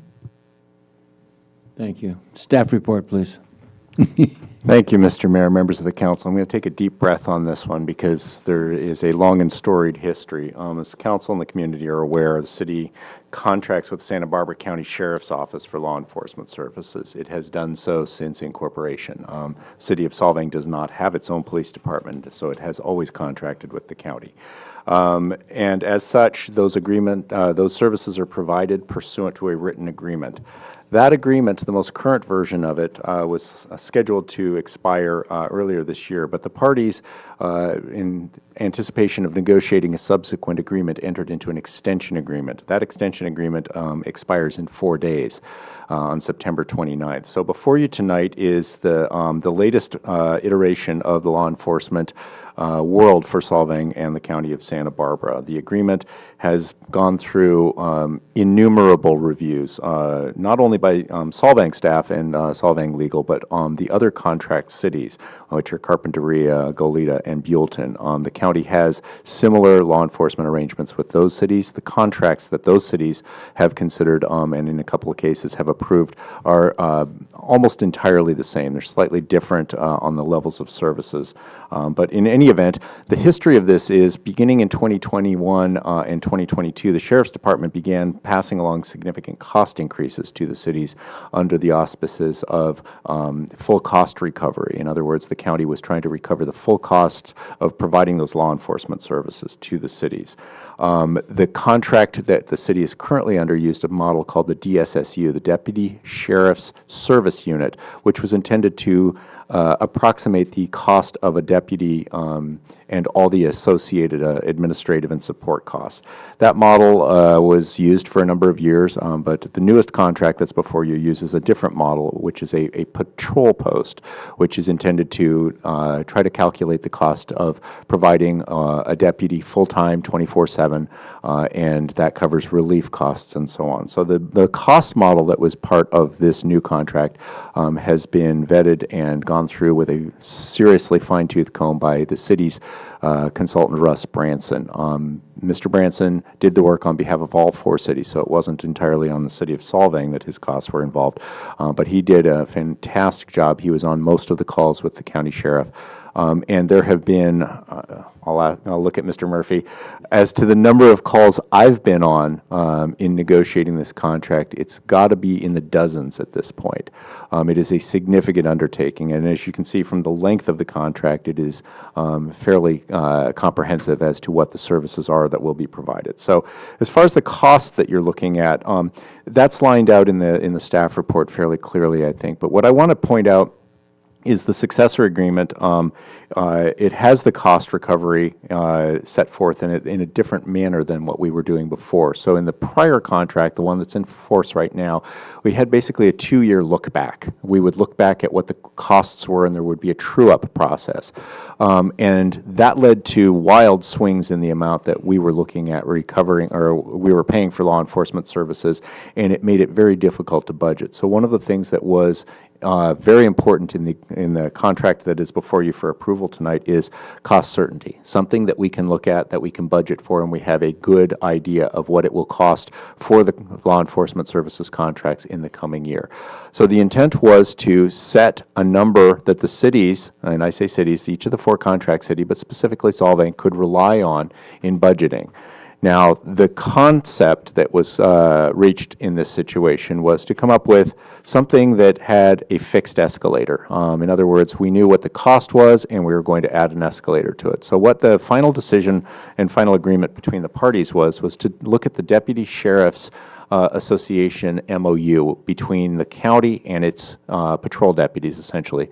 Take a look at the cost that they provide, or the cost increase or salary increase that they provide their deputy sheriffs, and then add an escalator to that so that we come up with a, and I'll put fixed in air quotes at this point, a fixed number that we could look at. So the county knows what it's paying its sheriff's deputies, and it knows what its increase is going to be under its MOU, and then we add an escalator, which was designed to cover the other costs such as administration, the cost of vehicle upkeep, the costs that are specifically attributable to Solvang that the county can't pass on, the county's overhead costs. So things like additional medical insurance costs, additional costs for pension costs, those were all intended to be covered by this escalator. And so that's the concept for the contract that we've come up with. When I say in air quotes to have that fixed one, I put in a paragraph towards the end of the staff report that I do want to highlight. While we were engaged in negotiations with the county, we were working on the assumption that there was a contract in place with the Deputy Sheriff's Association, that we knew that in the first year of our new contract, they were going to be granting the deputy sheriffs a 4.5% salary increase. On top of that, we agreed 2.78 is our escalator. So that was going to be the city of Solvang's cost. Second year, they were going to grant the sheriffs a 2.5% increase, plus our 2.78% escalator for a fixed cost. That was what we had been negotiating all along. And then nearly at the last moment, and I say nearly at the last moment, in mid-September, when the county was putting this contract for approval on at the county level, they also put a closed session for labor negotiations with the Deputy Sheriff's Association. The contract has a provision in it that says that if a cost increase or the deputy sheriffs are granted a salary increase midstream, that gets passed on to the cities. We had worked on the assumption that because there was a contract in place with the Sheriff's Association, that cost increase wouldn't occur.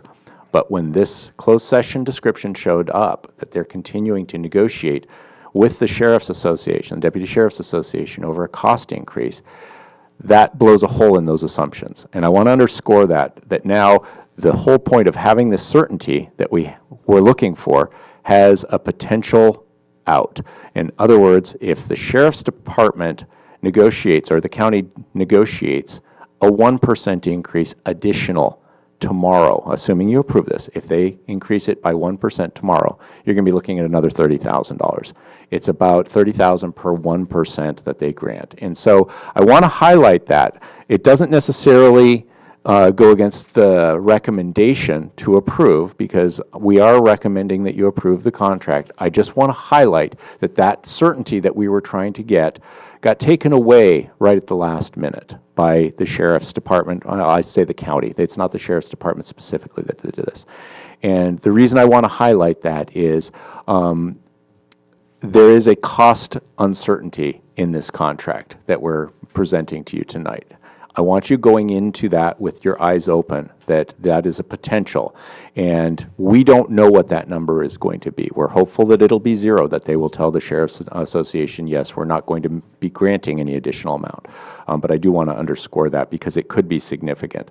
The alternative, what happens September 29th if we do not approve this contract? We don't have a contract for law enforcement services. It's uncertain to what level of response the Sheriff's Department would provide in the absence of a contract, but they seem to be taking the position that they're under no legal obligation to do it. So I would say it's better to have a contract where there's a little bit of uncertainty than having no contract at all, which is utter uncertainty.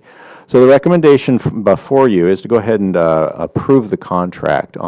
It does have a 1-year out clause. The Sheriff's Department or the county could give us notice in a year, or they could give us a notice a day after it's approved that they intend to terminate it within a year. But it is a multi-year contract as set forth. It would obviously require some hard decisions by this city council if the Sheriff's Department gave notice that it was terminating the contract on the short term. I'd like to say I don't think that's going to happen, but it is a possibility, and it is an option for either party to terminate the contract on 1 year's notice.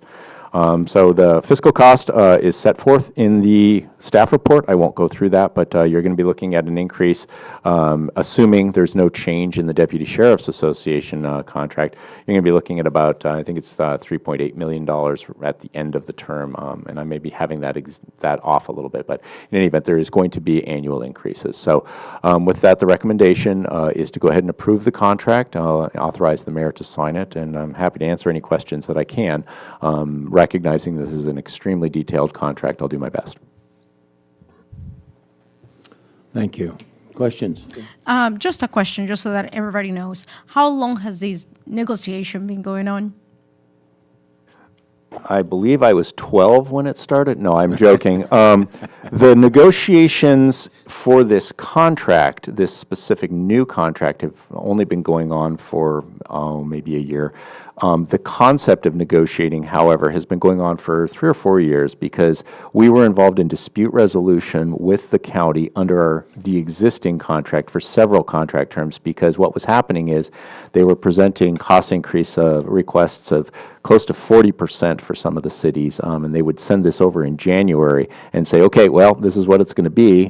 Go ahead and start budgeting for it. And it just blew a hole in any budgeting projections. So we engaged in dispute resolution, tried to negotiate that, and tried to negotiate what the actual costs were. So that negotiation process seems like it's been going on for quite a long time, because it has been. But for this specific contract, it's only, I would say, about a year. Thank you. I have a question. Are the other 4 cities under the same contract with just different amounts? It's, I would say, largely the same contract. The differences are, for example, Buellton for many years had a motor officer, and they paid for that specifically. It's what we refer to as a menu item. So the new contract allows for that, so the cities can ask for additional services that are not included in general law enforcement like that, but there is an additional cost on that. But otherwise, the contracts are by and large the same from the structure. Goleta has 3 posts, Carpinteria has 2 posts, and Buellton and Solvang each have 1. And if one of those cities wanted out of the contract, it's severable, or would they have to all go out? No, there are 4 separate contracts. So what happens in Buellton does not impact Solvang, and what happens in Solvang doesn't impact any of the other cities. So if the city of Goleta, for example, after having approved this, decided to set up its own police department, it would have no impact on Solvang's contract. We just engaged in collective bargaining, if you will, and I use that in another set of air quotes. It was easier for all 4 cities to negotiate together rather than having 4 sets of negotiations that were ongoing. Same vendor, yeah. Yep. Yeah, thank you. Anybody else? Anybody in the? a while, and most of the questions I think have been answered for me at least. Anybody online or in-house have a question or comment? Okay. So just, I was just doing some quick math. It concerns me that the increase against our fixed general budget for the city is a function of our percentage of spend going to the sheriff's contract. We're moving from a 7% burden to 11% is what we're going to sign tonight, and we will be at 15% of our overall budget at the end of this term of agreement with the sheriff's department. It just concerns me, the escalating costs without any change in the services received. I concur with that. It concerns me deeply that it is escalating, and the level of services, we're not even sure. I'll give you a little bit of a peek into the negotiations. We asked for some performance metrics. We asked for documentation, and we were met with resistance. The Sheriff's Department said they could not provide us the kind of statistics we were looking for, and if they could, it would be an additional charge. So it's problematic, but unfortunately, there's one vendor, to use Councilmember Brown's term, there's one vendor for this type of services right now in the absence of the city setting up its own police department. I have a point. Thank you very much, Mr. City Attorney, that you're pointing that out, because was it 2021 we were at 1.8 million? Yes. Okay. And now we're at 2.8 million. So in 2 years, $3 million, and they refuse to, or they can't, give us any explanation of what that money's going towards. So for the same service, nothing more, nothing less, we're paying $1 million more than we were I just want the citizens to know this. We're paying $1 million more than we were 2 years ago for the exact same service. I wish I could say it's the exact same service. I don't know. Exactly, you're right. Thanks. I don't mean to be flippant about it, but I couldn't tell you when Santa Barbara County Sheriff's deputy is physically present within the city of Solvang. And nor can the Santa Barbara County Sheriff. Apparently not. And that is frightening. That is difficult when you're trying to gauge performance metrics. What is the cost of doing business? What is the cost of the service? How do you explain that if there are no documents? Now, we get generalized reports, generalized calls for services, time spent on patrol and so on. That's data, but in a day and age where GPS units are commonplace on law enforcement vehicles, I was involved in an investigation in another county about 2 years ago where I was asked to tell whether or not the police officers were sleeping on duty. And I said, give me all the GPS data and I will tell you where that car has been on a minute-by-minute basis. I drafted heat maps and showed exactly that this car was stationary for 8 hours in one place. It was very easy to tell what was going on in that situation. Right. So that was years ago I did this investigation. The technology is there. Obviously, the cost associated with it is not insignificant. I don't want to make light of that. But when we were faced during our negotiations with this concept that we can't provide that, it's not a can't, it's a won't. You know what, we know a lot of the answers to the questions that we're asking, but it's important for all of our residents in Solvang to know we're not happy. Well, look, this is taxpayer money. The lack of transparency is stunning, incredibly concerning. And the fact that we can't get data or we are unable to receive data that validates the quality and the level of service we're receiving. And we are not alone. This is true across the other 3 cities. It is stunning. And that we're being asked, or we have no choice, really. Our choice is extremely difficult to be either choose to stop our safety service for the city of Solvang in 4 days' time. That feels feels very stressful. Or to sign an agreement that still has gaps in it, where we don't know what our ultimate costs are going to be going into next year, is deeply distressing. And can't say with enough emphasis how frustrating it is to have to be confronted with the need to approve this agreement right now. And it gets a little worse, too. If you take a look, Buellton had the motor officer, and he got ill and couldn't continue. And they couldn't replace him because they don't have enough staff. So it's a menu item, yeah, you can order it, but they can't deliver. So we've got a couple residents that have said, why don't we have a motor officer? We couldn't get one if we wanted one. And the cost would be really high. All of our costs on this is a great, about a 30% increase in the cost from last year. So this is going to affect us a lot, and we don't always get everything we'd like. And I do just want to make one last point. I do want to differentiate between a desire to fund our safety and our police services. There is no waiver on that intent. Right. But, and the fact that there is personal relationships across the board with a set of deputies that are doing amazing work, okay? But the negotiation of the contract has not been pleasant, and this is putting us in a terrible situation. Yeah, and let me be clear, this is not a statement against the line level officers who are doing the work. Absolutely not. That the sheriff provides. They're doing a great job. It's a question of, just customer service, basically. Is the city getting the service that it is paying for? And I have to do a little bit of a shrug in that situation. Is law enforcement present? Yes, I've seen deputies. There's no question they're patrolling. We have our sheriff deputy present at the council meetings when we request it. So that's being provided. But it's a question of, are we paying for sheriff's response outside the city? In other words, is the deputy that the city of Solvang is paying for responding in the unincorporated areas? And if so, are we getting credit for that? I can't tell you that answer, and I don't know how to get that information because we've met resistance. What you're exposing is the worst-case scenario when you're negotiating with a single supplier. Yeah.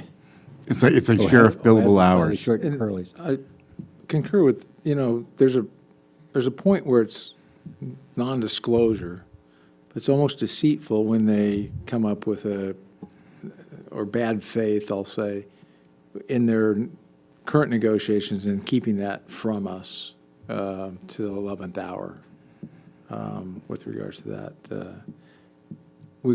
It makes it impossible. We end up negotiating against ourselves when they throw in these last-minute things.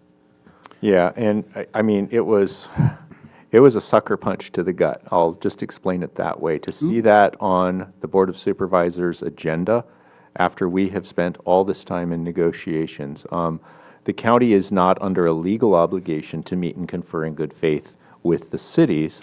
It is obligated to do so with its deputy sheriffs because of state law, but it is one of the infirmities of negotiating with a sole source. Mr. Murphy. Couple of thoughts. 25% probably of my time since I was hired almost 5 months ago has been spent. How long? So, roughly a month and a quarter now, 6 weeks of the time since if you cumulatively add it up, has been spent working on, this contract, which means an equivalent or possibly even more time of our legal counsel's time has been spent on that. That all costs money. I mean, as unpalatable maybe as a multi-year agreement as this is something like he's pointed out. I mean, we haven't even had this contract. We had a contract in place that expired June 30th, but we've been negotiating this new one for almost the entire time. If we weren't doing a multi-year agreement, we'd probably be going back to the bargaining table in the next month or two, certainly before the end of the year. I also wanted to point out that we did an analysis, the city managers did an analysis of the cost per capita, and I don't remember what the amount was, but we're in the top 10th, in the 90th percentile statewide for police services. Wow, really? It was like a shock in that respect. That being said, public safety, if you look at most jurisdictions that have police and fire, 60 and 70% of their general fund is spent on public safety, as a rule. So, I mean, it's only costing us 15 roughly percent, I think, Councilor Ronan pointed out a moment ago. Of course, that's not including fire. That's a separate district, so we're not paying separately for that. But unfortunately, it comes at a cost. Yeah. Thank you very much. Yeah, we are. Okay. Would you like to make a comment on this? Yes, sir. Frank Smithson again. Thank you very much for all this effort and everything. Greatly appreciate it. My question was, the cities around the area that have their own police department, Lompoc, I guess, would be the closest. Does the county not service them, the sheriff? Would you like to? Yeah. Yeah. I can no, answer that, Mr. Mayor. The city, Lompoc, if it has its own police department, it is serviced by its police department. There are provisions of what they call mutual aid, where if there's a situation that is too big for a municipal or city police department to handle, other agencies will come in and help, and that's kind of an automatic situation. There tends not to be an accounting of the costs for that because the concept is it's better to have a larger show of force in a situation that warrants it rather than trying to figure out, well, should someone respond if they're getting paid for? In another context, in Arizona, there is a private fire department called Rural Metro, and you subscribe to the services, and if you don't pay your subscription fees, they won't respond to the fire. That's not what happens in California, either in the fire or the police context. The agencies will help each other out when that happens. This feels like when you get that call and the guy's soliciting you money for the police department, federal, whatever, and they say, well, what if we don't come? That's the question. Thank you very much. Thank you. Yes, ma'am. As a nonprofit, we just paid $1,280 to help service the sheriff's office for a 3-day event here. And when there was an accident on the 101, those officers did leave to go service. So we're paying for something as a special event, so you know that, and they're leaving when, something occurs outside that we've already paid for. So I think that's something that should be looked at in special events, something that should be looked at as we are looking at these contracts. They're very serious. Are we getting our service of what we truly need in our community? Thank you. Thank you very much. Okay, we'll bring it back to the council. Last Yeah, comments? well, Tracy brings in a great point, and that is the one question that we have. Are we getting the services that we are all paying for? And the sheriff says, well, we cannot prove it, but we cannot disprove it either. This is a scam. And I'm sorry, but this is a scam. There is no way to prove, if we're getting this service hours that we are getting billed for. And, I have utmost respect for first respondents. They're members of our community. I love working with Mark, but the negotiation has been a nightmare. And the fact that after 3-4 years of looking at this, they bring in a contract and there are all these little clauses that said, by the way, these might go up. It completely invalidates the reason why we are trying to go for a longer contract term. It's useless. And and we don't have much of a choice. Do we make the decision of not approving the contract? September 29 comes up, and then we see what's going to happen. We cannot endanger public safety like that. We cannot gamble with public safety, so we have to approve the contract. But I want to say that I am super disappointed, and I just want to let everybody know that the head of the sheriff here in Santa Barbara County is an elected position too. Yes, sir. Motion? No, wait. One last comment. One last comment. This is the definition for a council and city between a rock and a hard place, if there ever was. But I would like to stress to the residents and to the council, we've got wastewater treatment, we've got the sheriff's contract, $1 million extra for 2 years. your overruns of specialty construction, your another 80,000 for Ruiz. Let's keep this in mind when people come asking for tax dollars to the city council, that we have a lot of really important things to spend our money on and the taxpayers' money on. Thanks. As much as it pains me, I'm going to move to approve this contract. I'll second it. Councilmember Brown, Yes. Councilmember Clark, Yes. Councilmember Claudia Arona, Yes. Mayor Pro Tem Elizabeth Arona, Yes. Mayor Infante. Yes. Motion passes 5-0. Okay. Ladies and gentlemen, we're at the AB 1234 report out and council closing comments. Do we have any council closing comments? I do. I have a report and I also have some comments. So I attended the annual meeting for the 3CE, and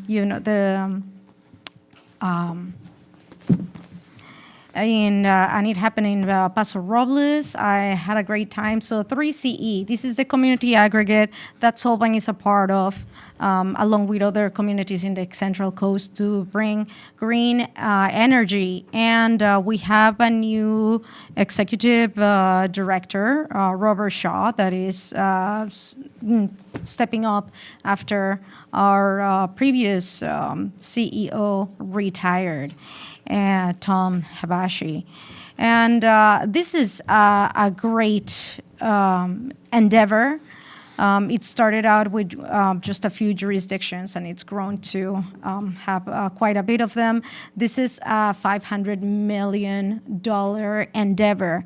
And together, as jurisdictions, we are choosing to invest in clean energy. And I just know what's coming, Robert. You're going to ask me, how are we going to do this by a certain time? The truth is that changing to all renewable energy, mostly wind, solar, some geothermal, some not nuclear. It does not include nuclear at this time. It's going to take a lot of investment, a lot of technology that hasn't even been developed yet. And it also involves still being backed up on what we don't consider clean at this time, because the sun doesn't shine all the time and the wind doesn't blow all the time. So in order to avoid blackouts during hot summer nights and things like that, we're going to have to continue to rely on more traditional sources of energy. So that is my report. And just a comment on something that made me super uncomfortable on this meeting. Obviously, we all want our city to be transparent, but I think it's super inappropriate to call out employees individually in front of audience on TV and say, hey, you can do better. Obviously, yes, people need to be held accountable, but I think it's more appropriate to address these concerns to our city manager, and then our city manager can see that. We come here twice a month, sometimes maybe more. We sit here, we look at reports. We don't know what it's like for employees to be handling everything that they are handling, particularly in an organization that is this small, that's had a lot of layoffs and a lot of resignations and a lot of changes throughout the year. So I think we can do better to address our concerns rather than to call people on the spot. Anybody else? I have a report to share. I'm sorry. I attended the Library Advisory Committee this past week. It's got a business as usual and promotion of a couple of great programs like the Black Gold program and the Zip Books programs to increase the circulation. We are still on the search for our library director, and have named an interim director for Goleta and the San Ynez Valley, but not too much to report there. And then I also attended the California Encampment Resolution kickoff meeting. It was truly a kickoff meeting. I don't have much detail to report, just putting people in process in place before that program really starts to take traction. I'll share when we have a little more detail to report. That's it. I just wanted to appreciate the staff for the entry into the float, or in the Danish Days. Mr. Mayor and myself were on that float, and we saw a few other folks there for the day, and it was a great event. Except you ran out of candy, though. Mr. Mayor was just, I was eating. normally he steals candy from babies, but he was throwing it out pretty well there. The guys in the Figueroa beer bus were throwing the candy. The kids would come up and they'd squirt them with a. Yeah, putting a fire hose on a 6-year-old in a baby carriage. Anyway, it was a good time to be had by all. Any last comments? In that case, I am going to call this meeting adjourned at 9:10 p.m.